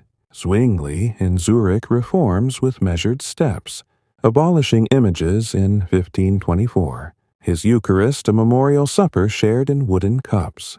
Assassinated at Kappel in 1531, his body scattered like chaff. Calvin inherits the flame in Geneva. His 1536 institutes a blueprint of predestination. God's elect chosen in eternal. Hush. Church discipline enforced by consistory's gentle hand. England's break unfolds in Henry's courtly chambers from 1532, the Act of Supremacy naming him head of the church, Anne Boleyn's necklace glinting as Cranmer dissolves monasteries, their lead roofs melting into royal coffers. Dissolution scatters monks to parishes, abbeys like fountains crumbling into sheep-cropped ruins, ivy claiming the cloister's stones. Edward VI's 1547 reign pushes Protestant rites, the Book of Common Prayer in 1549, versing matins in English cadence, psalms rising like mist from village fonts. Mary's 1553 counter drifts back to Rome. Cranmer, burning at Oxford's stake in 1556, flames curling slow as his recanted words. Elizabeth's 1559 settlement steadies the ship, via media-blending reform and right, her injunctions silencing papist whispers in quiet shires. Scotland's John Knox returns from Geneva in 1559, his thunderous Geneva Psalter sung in Edinburgh's kirks, presbyteries forming like roots in rocky soil. The 1560 Scots Confession binds the realm, Mary Stuart's French silks rustling against Calvinist grey, her flight to England in 1568, a pawn in Protestant chess. The Counter-Reformation answers in tranquil resolve. The Council of Trent from 1545 gathering bishops in Alpine halls, affirming 7 sacraments in Latin clarity. Transubstantiation's bell-rung firm. Jesuits, Loyola's 1540 Society, train in Roman colleges, their spiritual exercises a ladder of meditations climbing to divine union. Missionaries sailing to Paraguay's reductions, where Guarani till fields in communal peace. Teresa of Avila reforms Carmelites in 1562 Castile, her interior castle mapping the soul's rooms in ecstatic prose, visions of angels piercing the heart like golden darts. Baroque swells in response, Bernini's Ecstasy of St. Teresa in 1652, Rome capturing the spear's thrust in marble folds, light slanting through cornices like grace, Science awakens in workshop's hush. Copernicus's 1543. De Revolutionibus, positing heliocentric spheres, planets wheeling round the sun in geometric calm, dedicated to Pope Paul III with deferent nod. The Earth also rotates, he writes, calculations etched in Königsberg's lamplight, though he dies whispering doubts. Tycho Brahe's Uraniborg Observatory on Hven Island from 1576 charts stars with quadrant brass, his mule-driven turret turning to midnight skies. Data passed to Kepler like a sacred trust. Galileo in 1609. Padua turns Dutch spyglass to the heavens, Jupiter's moons dancing in his Sidereus Nuncius, craters pockmarking the moon's serene face. In the heavens I have seen, he declares softly, sketches inked with careful quill. Summoned to Rome in 1633, his dialogue whispers heliocentrism through Salviati's lips, recanting under threat but murmuring. Eper si muove, yet it moves to the cell's stones. Harvey's 1628 De Motu.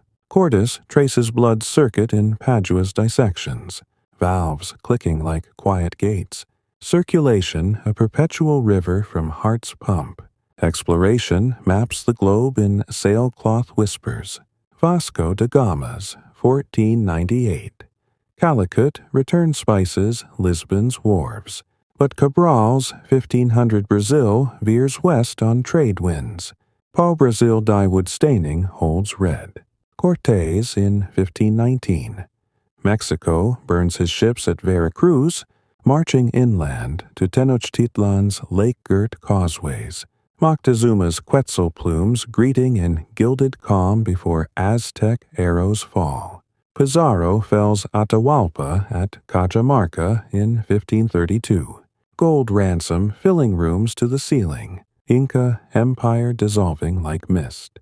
Magellan's 1519 fleet rounds the Horn's fury. Victoria limping to Moluccas for cloves that scent Seville's markets. Circumnavigating in 1522 under Elcano's steady hand. Cartier's 1534 St. Lawrence voyage claims New France. Huron longhouses smoking peace pipes with iron axes traded for furs soft as snowfall.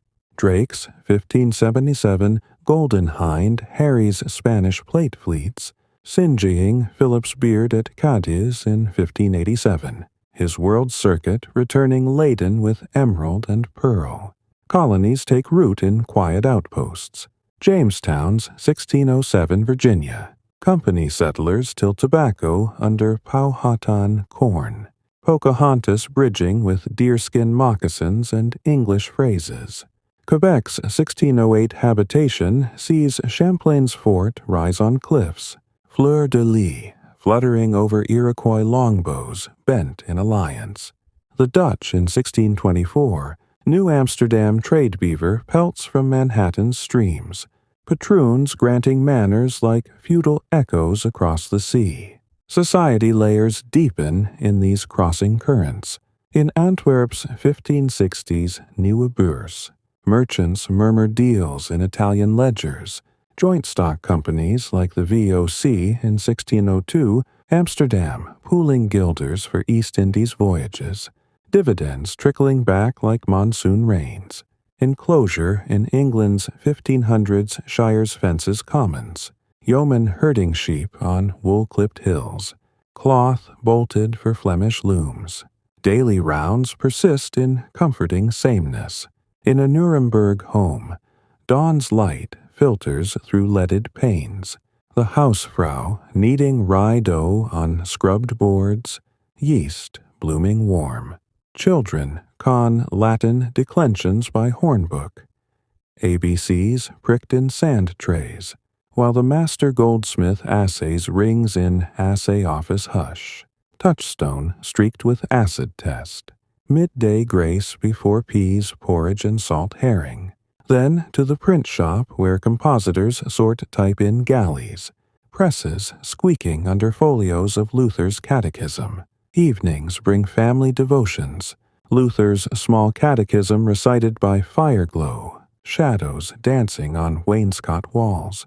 In Spanish colonies, mestizo markets in Mexico City, hawk tamales wrapped in corn husks, silver reals clinking from Potosi mines hauled by llama trains over Andean passes, nobles in Versailles' precursors, like Madrid's Alcazar, dine on olla podrida stew, lutes accompanying villancicos, carols in candlelit saloons. Medicine blends old lore with new probe. Ambroise Paré in 1537 battlefields binds wounds with ligatures instead of cauterizing irons. His "I dressed him, God healed him," murmured over gangrened limbs. Vesalius's students in Bologna peel layers from wax models, nerves mapped like rivers on vellum charts. Music evolves in chapel and chamber. Birds, 1589. Cantiones sacrae weave Anglican polyphony, voices arching over vials in Elizabethan gardens. Monteverdi's 1607. Orfeo in Mantua's ducal court births opera's sigh, Eurydice's lament floating on theorbo strings, shadows of Hades lit by torch. Festivals mark the turning year, Shrovetide carnivals in Colognes, 1500 streets, fools in asses' ears capering to sackbuts, before Lent's ash-smeared brows. Michaelmas geese in English harvest barns, cider pressed from orchards heavy with fruit, tales of Gabriel's sword spun by thatch roof gleam. By the 17th century's cusp, these reforms and reaches reshape the quiet world. Descartes, in 1637, La haie pens cogito ergo sum. Methods doubt a lantern in philosophical night. Bacon's 1620 Novum Organum charts induction's path, idols of the mind shattered like flawed lenses. This sixth gentle unfolding has traced reform's murmur, discovery's gaze, and exploration's sail, weaving medieval echoes into modern streams. Let the weight of these journeys ease into slumber's arms, and when dawn calls softly, we'll continue to part. 7. As our tranquil trek through the annals of time flows onward into the 17th century's measured stride, the echoes of reform settle like dust in sunlit rooms, giving way to courts where kings hold sway in mirrored halls, and minds turn to the stars with lenses ground smooth as river stones. Europe, that grand canvas of coasts and cathedrals, navigates the Baroque's ornate curls and the Enlightenment's first soft rays, where wigs, powder thoughts, and canals carve neat paths through Dutch dikes. In this 7th gentle chapter, we'll saunter through absolutism's velvet grip, the scientific revolution's patient gaze, and the philosophical murmurs that stir the soul's still waters. Let these narratives cradle you, like a hammock swaying in a summer breeze, drawing you deeper into history's peaceful dream. Absolutism rises like a tide under the Sun King's gaze. Louis XIV in Versailles from 1661, his realm a clockwork of etiquette and gold. The palace sprawls in Le Notre's gardens, parterres clipped like green brocades, fountains splashing Trianon's groves where mistresses wander in silk shades. Lebrun's ceilings arch with Apollo's chariot, frescoes curling in allegoric swirls, while Molière's plays in the orangerie mock courtiers, foibles with quill-sharp wit, Tartuffe's pious prattle unraveling in drawing-room hush, Colbert's intendant system fans out to provinces, roads straightened like ruler lines from Paris's star, tariffs shielding lions' silks from Dutch rivals, revocation of Nantes. Edict in 1685 scatters Huguenots like leaves, their looms fleeing to Brandenburg's quiet mills. enriching Berlin with Protestant thrift. In England, the Stuarts' divine right frays against parliamentary weave. James Rear's 1603 accession brings Basilicon Doron, kingship a sacred oil anointing. But Charles, I's 1629 levies spark ship money murmurs in Kentish ports. Civil War brews from 1642, cavaliers in lace collars charging Roundhead pikes at Naseby. Fairfax's troops steady as hedgerows. Cromwell's new model army marches to music of psalm tunes. His protectorate from 1653, a Puritan calm over Whitehall. Theaters dark, maypoles felled like pagan idols. Charles the 1660. Restoration brings merry monarch's court. Diarists like Pepys noting plagues, 1665 carts, rumbling through London fog. Great fires, 1666 embers licking Wren's rising dome. Glorious revolution in 1688 sees James flee to France's shores. William and Mary's Bill of Rights a parchment bridge to constitutional hush. Spain's Habsburgs wane under Philip IV's 1621 reign. Velázquez's Las Meninas from 1656 capturing infantas gaze in palace mirror maze. Dwarfs and maids frozen in royal reflection. Olivares's unions strain Catalonia's vines.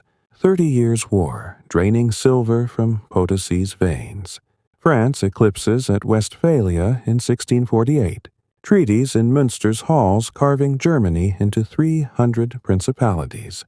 Electors balancing like scales in imperial calm. The Holy Roman Empire fragments into Baroque principalities. Saxony's Dresden. A porcelain dream under Augustus the Strong. Meissen kilns, firing shepherdesses in milky glaze. Bavaria's Wittelsbachs build Nymphenburg's cascades, water whispering over nymphs carved in shell-pink stone. Austria's Habsburgs hold Vienna against Ottoman whispers. Prince Eugene's 1683 Kahlenberg victory turning back the crescent. Coffeehouses blooming with Viennese waltzes yet unborn. The scientific revolution unfolds in attics and observatories, a quiet turning of the medieval wheel. Descartes in 1637. Amsterdam pens Discourse on Method, doubts lantern swinging. I think, therefore I am. Axioms built like bricks in rational arch. His vortices whirl planets in ether, though Newton's apple later grounds the dream. Boyle's 1661. Skeptical chemist in Oxford's Hearthside lab distills air pumps. Corpuscular theory bubbling in glass retorts. Gases weighed like feathers on scales. Newton in Woolsthorpe's apple orchard from 1665. Plague year isolation yielding Principia in 1687. Gravity's thread pulling moons in elliptic hush. Calculus born in fluxions scribbled on farmhouse walls. Hypotheses non fingo, he murmurs. No fictions but math's pure line. Halley's comet charts return in 1682, its tail a broom sweeping celestial dust. Predictions etched in philosophical transactions pages. Leeuwenhoek in Delft's 1670. Draper's shop peers through. Single lenses at Pondwater's menagerie. Animalcules, wriggling in sperm tails. Letters to Royal Society inked with wonder's calm. Hooke's Micrographia from 1665 illustrates Flea's jeweled armor. Cork cells named in cork slice etchings. Nature's exquisite contrivances magnified to marvel. Astronomy lifts veils. Cassini's Paris. Observatory from 1672 maps meridian arcs. Telescopes tube brass to Venus's phases, proving Copernicus's sun-centered spin. Flamsteed's Greenwich from 1675 clocks lunar distances. Nautical almanac guiding ships through foggy straits. Philosophy blooms in saloons and studies. Locke's 1690 essay concerning human, understanding tabula rasa minds filled by sensations' soft impressions, ideas like wax under experience's seal, no innate principles. He writes in Christchurch Calm, Government by Consent in 2 treatises, Rights Whispered Against Filmer's Patriarchs, Spinoza in 1670s. The Hague grinds lenses for microscopes, his ethics geometric as Euclid, God or nature in pantheist weave, propositions numbered like beads on infinite string. Leibniz in Hanover's 1714. Monadology posits windowless souls mirroring the universe, calculus rivaling Newton's in binary calm, best of all possible worlds, a harmony tuned by pre-established accord.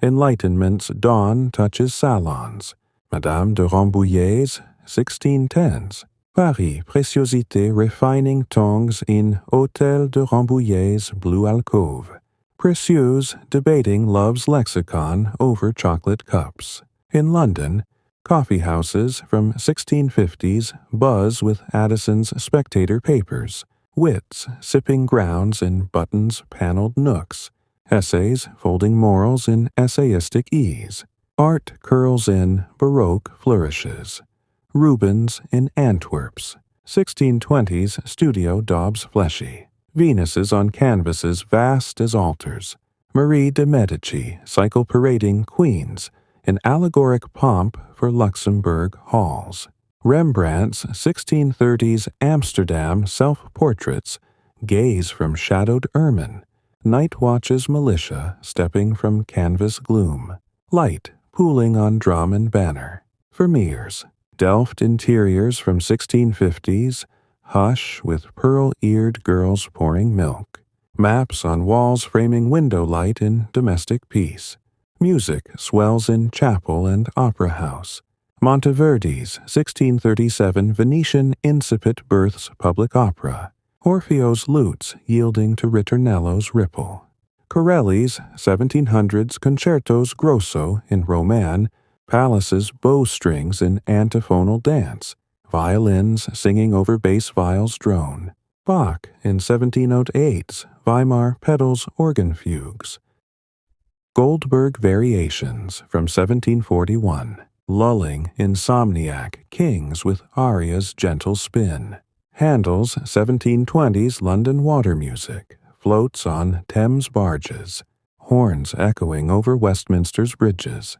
literature flows in measured prose, Corneille's 1630s Cid honors Spanish source in Alexandrine verse, Le Cid's chamber duels whispered in Comédie Française Hush, Racine's 1670s, Phèdre confesses passion's torment in neoclassic, Calm, Andromach's widow's veil drawn tight, Milton's 1667 Paradise Lost versifies fall in blank unrhymed lines, Satan's soliloquies brooding in pandemonium's vault, better to reign in hell than serve in heaven.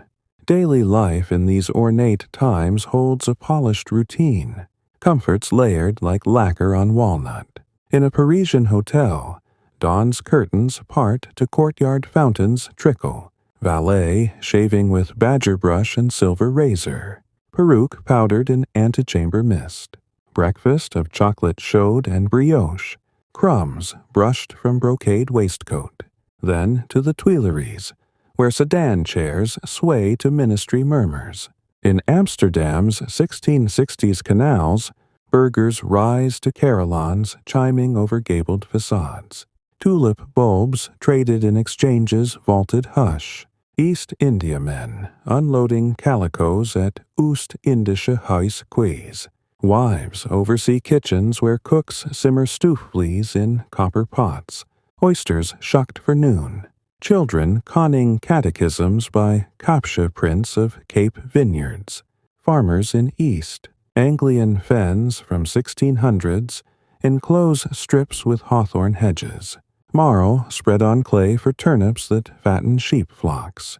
Wool carted in croft sheds for Norwich weaves. Evenings bring broadsheets read by Tallow Dip.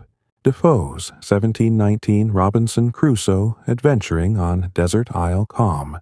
Friday's footprint a solitary trace.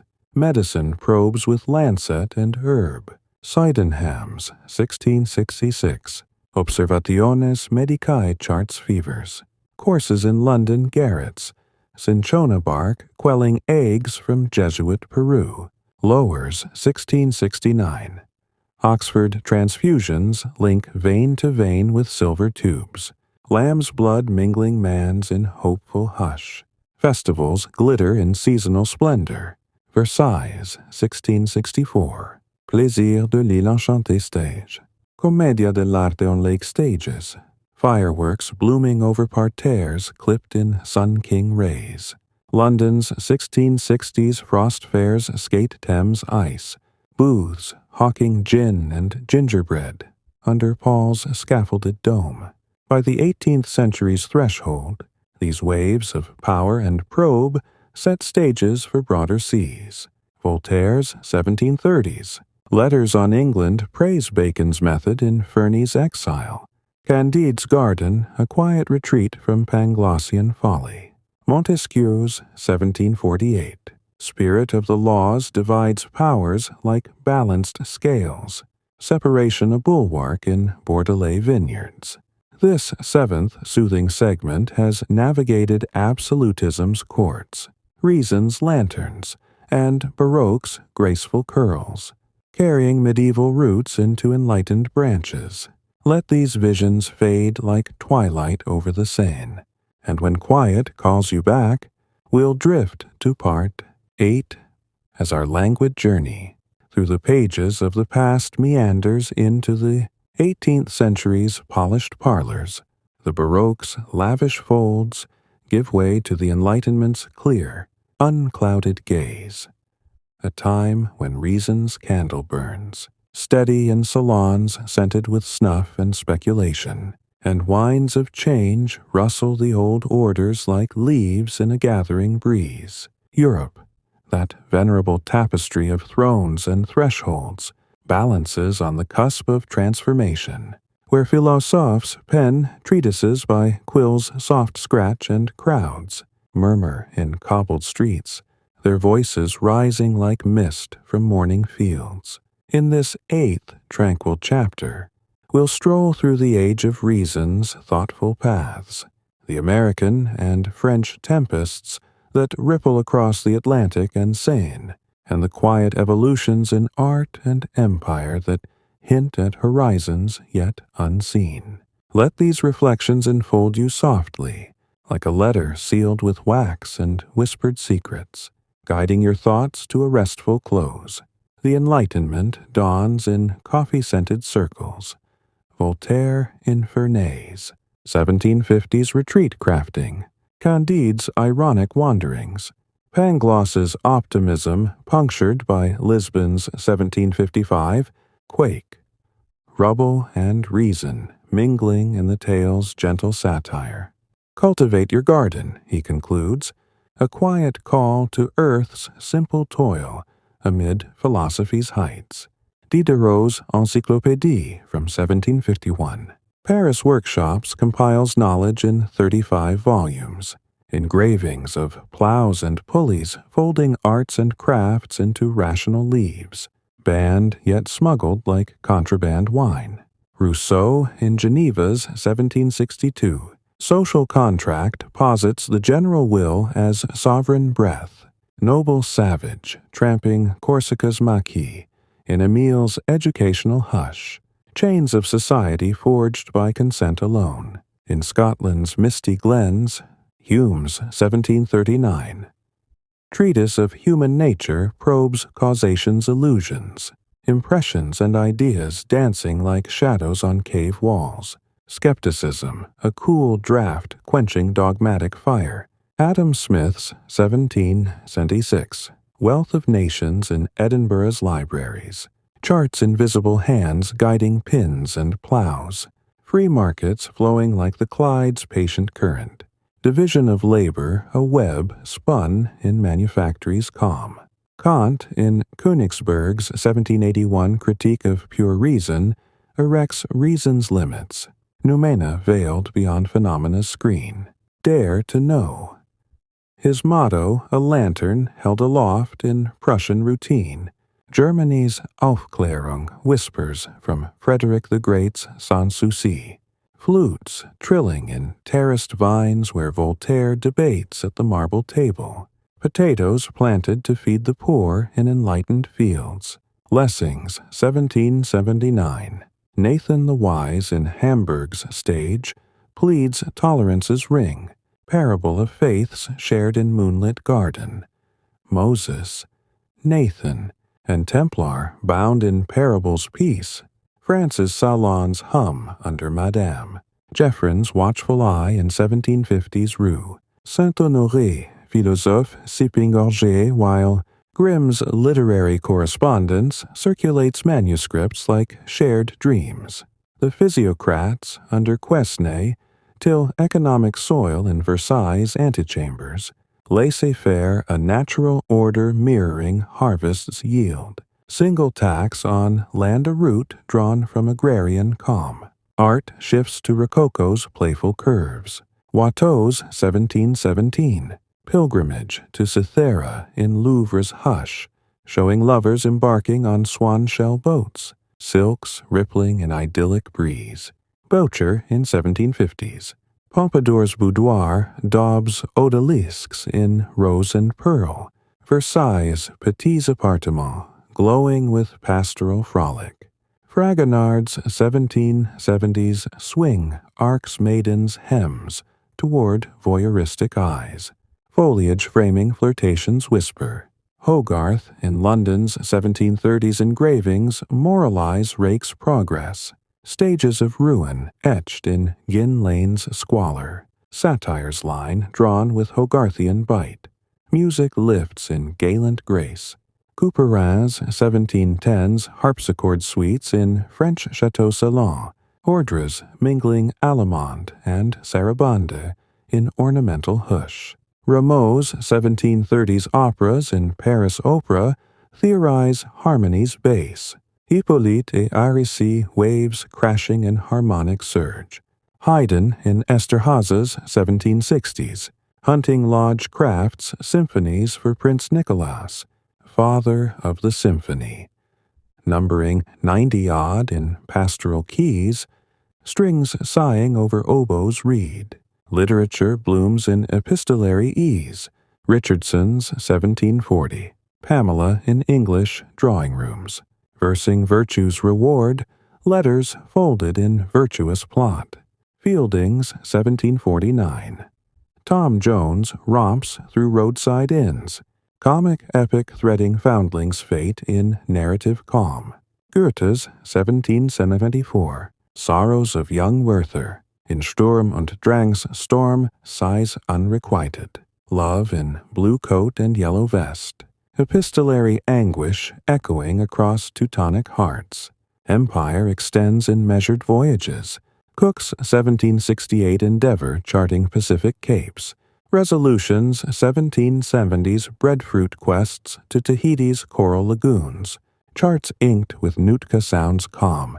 Clive's 1757. Plassey victory binds Bengal to Britain's loom. East India Company factors tallying cottons in Calcutta's factors' houses. Wolfe's 1759 Quebec heights fall to British redcoats. Plains of Abraham's mist cloaking Montcalm's last stand. Canada seated in Paris 1763 treaties. The American Revolution stirs across the ocean's hush. From 1765 Stamp Acts murmurs in Boston. Taverns to Payne's 1776. Common Sense pamphlet, "'Tis Time to Part," declared in Quaker prose. Jefferson's 1776 Declaration pens. Life, liberty, pursuit of happiness in Philadelphia's summer swelter. Grievances listed like ledger entries against Georgia's crown. Washington's 1775. Bunker Hill lines hold, "Don't fire till you see the whites."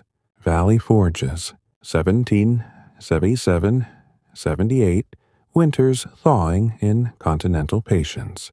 Yorktown's 1781 siege yields Cornwallis's sword. French fleet blockading Chesapeake's tides.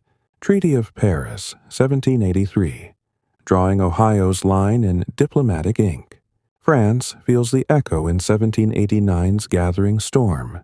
Louis XVI's Estates General in Versailles, Menus Plaisirs, Hall seating Third Estate's deputies, Mirabeau's voice rising in orator's calm, tennis court oath in 1789. Jeu de paume swears Constitution's frame, Bastille's 14 July fall, yielding 7 prisoners and rusting guns. Crowds murmuring aux armes under tricolor cockades. Women's March on Versailles in October. 1789 trudges rain-sodden roads. Fishwives demanding bread from the king's table. Royal family rattling back to Tuileries' gilded cage. The National Assembly reshapes in 1791's Constitution. Rights of man declared in August 1789. Feudal dues abolished like autumn leaves. Robespierre's incorruptible calm in Jacobin club debates Virtue's Republic. Girondins yielding to Montagnards in 1792's Convention. Louise's 1793 guillotine blade falls in Place de la Révolution. Widow Capet's tower cell echoing Marie Antoinette's last sighs. Terror's 1793-94 shadow lengthens. Danton's neck stretched on Widowmaker's drop. Guillotine's thud a metronome to Sansculottes' chants. Napoleon's 1799. Brumaire coup whispers order from Directory's chaos. Consul's code civilizing laws in 1804's measured articles, equality before statutes calm. Austerlitz's 1805 sun rises on Allied route. Emperor's marshals wheeling columns in fog-lifted fields. Jana's 1806 echo crowning Prussian ruin. Daily life in these enlightened airs holds a refined routine. Comforts warmed by reason's hearth. In a Leipzig coffeehouse, Dawn's patrons sip maca from Meissen cups, newspapers, unfolding gazettes of Franklin's kite, or Herschel's 1781 Uranus gleam, merchants' tally ledgers in italic hand, quills dipping in Cuttle ink, apprentices sweeping counters dusted with clove from Batavia's holds, in Viennese Heurigers, vintners pour sturm from earthen jugs, Heurigen guitars strumming Ländler tunes, waltzes yet to whirl in Strauss's strings, Parisian grisettes stitch chemises in garret lofts, Montmartre's mills grinding flour for pain de campagne, ovens exhaling yeasty warmth, children con primers in dame schools, hornbooks tracing, A was an apple pie, slates chalked with sums under lantern swing, nobles promenade in Vauxhall's 1730s London groves, Chinese pagodas shading tea urns, fireworks blooming over serpentines glide, suppers progress from turtle soup to syllabub creams, silver epergiles centering damask cloths, conversation turning to Rousseau's noble savage over claret decanters, medicine measures with scalpel and serum, Jenner's 1796, cowpox vaccine pricks milkmaid's arm in, Berkeley's vicarage, variolations risk tamed to barnyard calm, Hunter's 1760s London dissections map aneurysms in blue-veined hush, Ether's 1846 whiff still a dream in surgical theaters, festivals flicker in revolutionary light. 14. July's 1790. Fête de la Fédération en Marsfield. Lafayette's oath under tricolor balloon. Crowds linking arms in fraternal chain. London's 1780 Gordon riots torch Newgate's bars. Protestant no popery chants fading to embers glow. By the 19th century's door, these lights and stirrings illuminate paths untrod. Wordsworth's 1798. Lyrical ballads in Dove Cottage's hush reclaim nature's voice. Tintern Abbey's ruins, whispering spots of time. Beethoven's 1804. Eroica dedicates to Bonaparte's bust, then erases in disillusioned stroke Symphony's funeral march, tolling heroic calm. This eighth serene scroll has wandered Enlightenment's salons, revolution's murmurs and empire's sails, threading reason's silk through change's loom. Let these echoes lull like a cradle's sway, and when serenity summons, we'll ease toward. Part 9.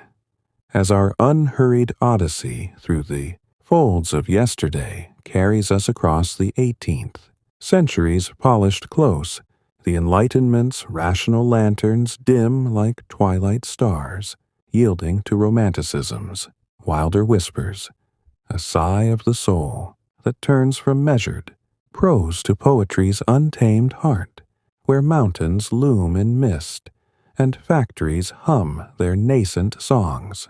Europe, that eternal weave of whispers and wheels, enters the 19th century's embrace, balancing the poet's quill against the steam engine's steady puff. Revolutions blooming like wildflowers, amid iron rails that stretch like veins across the land. In this 9th gentle chapter, we'll amble through romantic reveries, the Industrial Revolution's soft encroachment, and the national stirrings that redraw borders in ink and blood. Let these stories settle upon you like dew on fern fronds, a balm for the evening's quiet hush. Romanticism stirs first in Germany's shadowed woods. Goethe's 1808 Faust, brooding in Weimar's park. The Doctor's Pact with Mephistopheles, a mirror to striving souls. Gretchen's wheel spinning thread of fate in Garret calm. Schiller's 1780s. Ode to Joy lifts verses to Beethoven's 1824 symphony. Choral waves cresting in universal brotherhood. Alle Menschen werden Brüder. Voices blending like rivers to the sea. Novalis's 1800 hymns to the night veil, blue flowers in moonlit graves, fragments shimmering like frost on hymnon's pages. England's lakes reflect the mood in Wordsworth's 1798 lyrical ballads, Tintern Abbey's ruins murmuring, "We are laid asleep in body and become a living soul." Daffodils dancing in Dove Cottage's gaze. Coleridge's 1798. Rhyme of the ancient mariner sails frost-rimed seas. Albatross hung like guilt's soft weight. Water everywhere, nor any drop to drink. Byron in 1810s. Childe Harold's pilgrimage wanders Albanian hills. Giaour's curse echoing in oriental vales. His Don Juan from 1819, versing satire in ottava rima's lilt. Adventures tumbling like dice on Hazard's board. Shelley's 1818, Prometheus unbound chains Titan to Caucasus rock, Asia's voice freeing him in Promethean fire, while Keats's 1819 odes to autumn and nightingale pipe melancholy in Hampstead Heath's groves. Beauty is truth, truth beauty, etched in Urne's eternal calm. Mary Shelley's 1818 Frankenstein, born of Geneva Villa's stormy night, Stitch's creature from charnel scraps, its yellow eye pleading in Ingolstadt's thunder. France's Victor Hugo in 1831, Notre Dame de Paris, Arches' Gothic vaults over Quasimodo's hunch, Esmeralda's tambourine jingling in Place de Grève's shadow, Hunchback's bell-tolling love's deformed note. Stendhal's 1830 red and black climbs Verrières seminary steps. Julien Sorel's ambition a rapier, thrust in Napoleonic echo. Balzac's 1830s human comedy maps Paris's underbelly. Père Goriot's walnut bureau, whispering Rastignac's vow atop Montmartre's graves. Russia's Pushkin in 1830s. Eugene.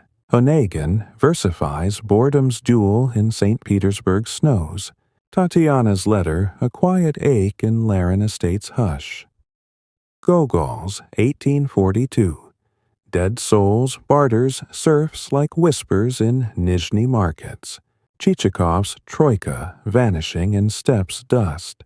Painting captures the sublime. Turner's 1830s. Steamships dissolve in rain-streaked seas. Slave ships, crimson waves, swallowing chains. Light piercing like divine regret. Constables, 1821. Haywain Fords, Willie Lott's cottage stream. Suffolk clouds drifting in oil's humid glow. Goya in 1810s. Madrid's black paintings daubs. Saturn devouring sun on Quinta walls. Disasters of war etching peninsular screams in aquatint calm. Delacroix's 1830. Liberty leading the people strides barricades. Phrygian cap aloft in Algerian smoke. Tricolor rippling over corpse-strewn cobbles. Music swells in orchestral tides. Beethoven's 1808. Fifth hammers fate's motif in Vienna's theater and Der Wien. Scherzo tripping to finale's choral joy. Schubert's 1820s Lieder in Viennese. Coffeehouses sigh Die Winter rises linden tree. Wanderer's horn calling through frozen mires. Chopin's 1830s nocturnes finger mazurkas in Paris salons. Ballads tumbling like Vistula floods from Warsaw exile. The Industrial Revolution creeps in like morning fog over Manchester's mills. From 1760s, Britain's spinning jennies, whirring in Lancashire cottages. Arkwright's 1769. Water frame twisting cotton threads in Cromford's hush. Steam engines puff from Newcomen's 1712 Cornish mines. Watt's 1769 condenser linking piston to beam in Soho's foundry calm. Bolton partnering to forge engines that drive ironworks hammers. Canals carve quiet paths. Bridgewater's 1761. Duke's Cut links Worsley coal to Manchester looms. Barges gliding under towpaths lined with willow. Railways follow. Stockton and Darlington's 1825. Locomotion number 1 chuffs coal wagons over wrought rails. Stephenson's rocket from 1829. Hurtling passengers at 15 miles per hour. Liverpool and Manchester's smoke-veiling Peterloo's ghosts. Factories rise in brick anonymity. Lowell's 1820s. Massachusetts mills spin calico with Yankee girls in dormitories. Shuttles clicking to Lowell Offering's verses. In England's Black Country, nailers hammer forges by canal glow. Child piecers crawling under mules to mend broken threads. Pauper apprentices sighing in workhouse yards. Urban tides swell. London's 1801 census counts 1 million souls. Thames fogging with coal smoke. Gin palaces glowing in Seven Dials slums. Paris under Haussmann's 1850s boulevards widens Rue de Rivoli. Gas lamps flickering over arcades stocked with bonnets and biscuits. Social reformers murmur change. Owens, 1810. New Lanark Mills, schoolchildren in cooperative calm. His 1817 plan proposing villages of unity. Sadler's 1832 committee hears factory hands. Tales in Westminster hush. 10-hour days rested in 1847. 10 Hours Act. Chartists from 1838 petition People's Charter. 6 points inked for suffrage's quiet march. Empire's sails unfurl further. Clive's successors in 1757. India bind Bengal to loom. Hastings. 1770s courts dispensing Warren's justice in Calcutta's marble halls. Cook's Pacific charts yield Botany Bay's 1788 penal hush. Convicts tilling Norfolk Island pines. Napoleon's 1799 Code spreads to Louisiana's bayous. Metric weights measuring Rhine's vineyards. The Napoleonic Wars ripple from 1799. Marengo's 1800 fog lifting on French eagles. Austerlitz's 1805 sun gilding Allied rout. Jana's 1806 Echo crushes Prussia's grenadiers. Friedland's 1807 bridges yielding to Ney's bayonets. Peninsulars 1808, 1814. Lines hold Torres Vedras earthworks. Wellington's redcoats sipping port in Lisbon's quake-scarred streets.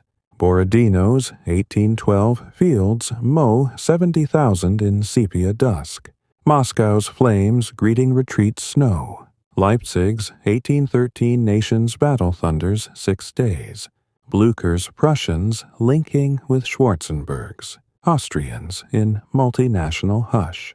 Waterloo's 1815 mud sucks at Guards' bearskins. Grouchy's absence sealing Bonaparte's exile to Elba's waves, then St. Helena's rocks. Congress of Vienna in 1815 redraws maps in Metternich's chancellery. Talleyrand's wit balancing Bourbon lilies with Romanov eagles. German Confederation a loose weave of 39 states. Revolutions flicker. 1820s. Carbonari spark Naples risings. Riego's pronunciamiento in Spain yielding Ferdinand's chains. 1830. July barricades topple Charles X's ordonnances. Louis Philippe's tricolor flying over Hôtel de Ville. 1848. Spring of Nations blooms in Berlin's press bans lifted. Frankfurt Assembly drafting Constitution in Paulskirche's vault. Kossuth's Hungary defying Vienna's hussars. Italy's Risorgimento whispers from 1815. Mazzini's 1831 Young Italy oaths in Genoa cellars. Garibaldi's 1849 Roman defense falling to French zouaves. Cavour's 1850s Piedmont maneuvers Sardinia's fleets. Magenta's 1859 guns silencing Habsburg lancers. Daily rhythms adapt to iron's beat, a blend of old hearth and new hum. In a Birmingham workshop, Dawn's whistle calls smiths to anvil rings. Puddling furnaces glowing cherry red. Bessemer's 1856. Converter blowing air through molten pig to steel's calm. Breakfast of porridge and bacon rashers.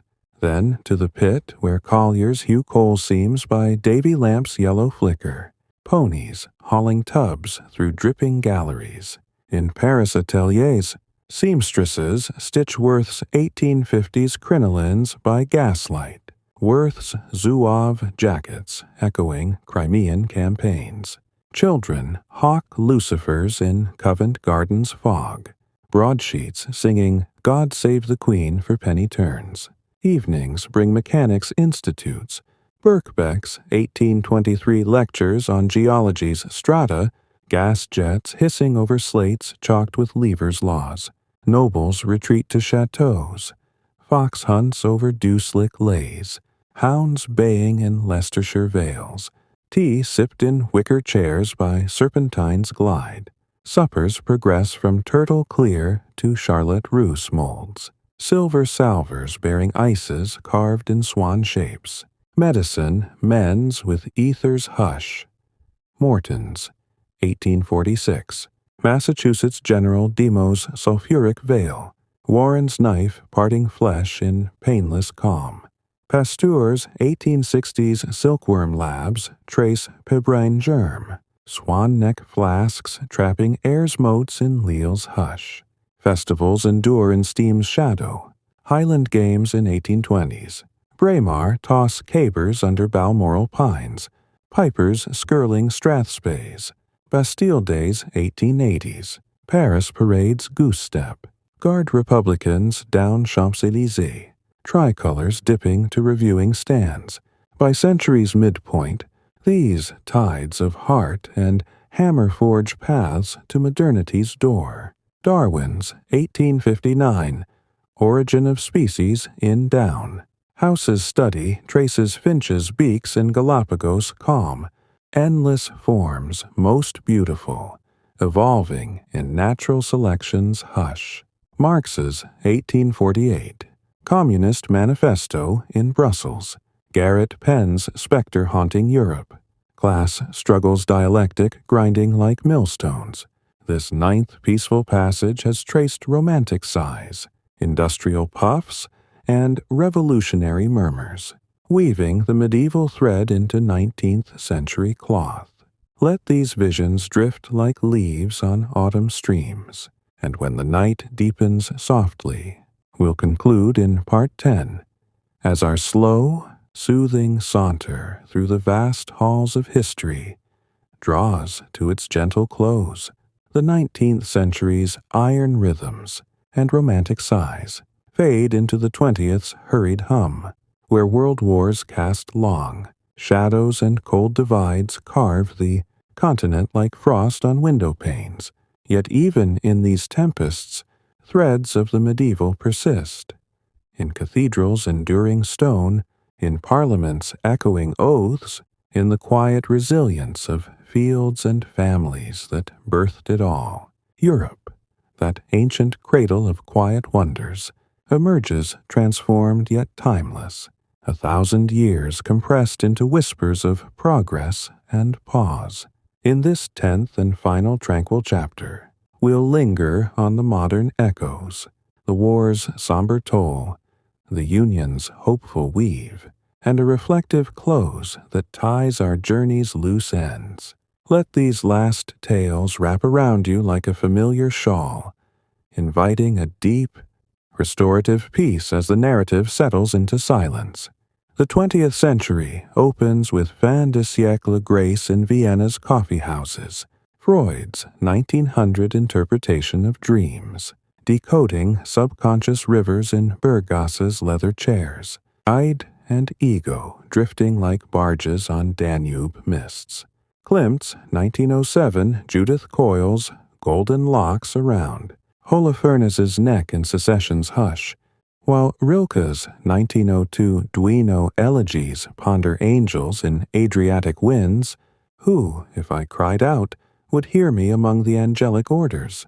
World War I erupts in 1914's Sarajevo spark, Franz Ferdinand's Archduke carriage rattling over Princeps bullet, alliances chaining nations like feudal levies, trenches scar Flanders fields from Ypres to the Somme, mud sucking at Tommy's boots in 1916's wire-tangled hell, gas masks fogging eyes as whistles blow over no man's land charges. Verdun's 1916 meet, Grinder chews 300,000 in fortified calm. Pétain's They Shall Not Pass murmured in Voix Sacré's dust.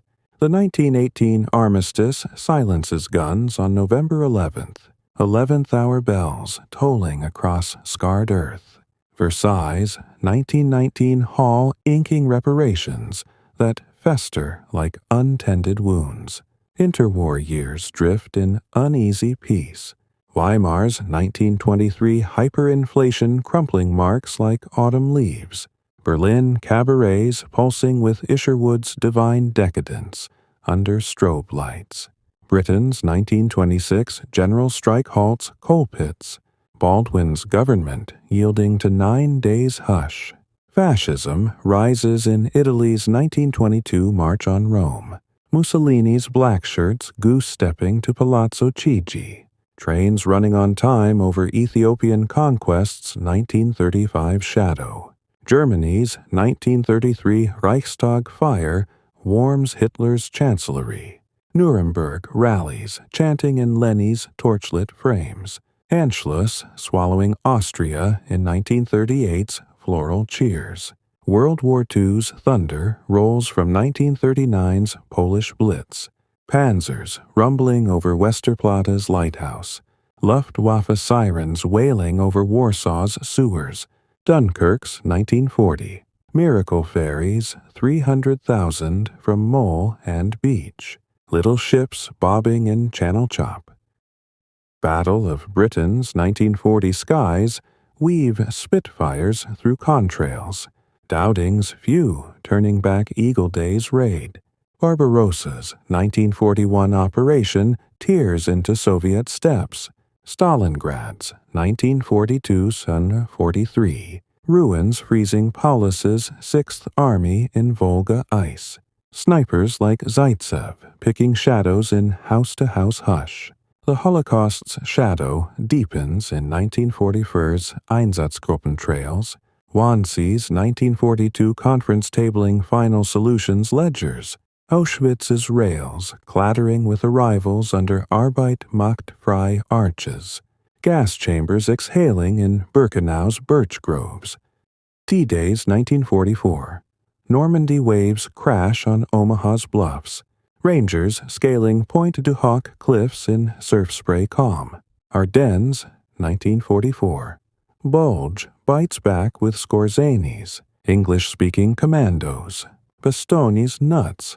Reply echoing in foxhole snow. Berlin's 1945 fall sees Zhukov's banners over Reichstag rubble. Hitler's bunker a concrete grave under Chancellery Gardens. Post-war divides etch iron curtains from 1946's Churchill's speech in Fulton, Missouri, Greek Civil Wars, 1946–49 mountains, pitting monarchists against communists in olive-shaded ambushes. Marshall Plan's 1948.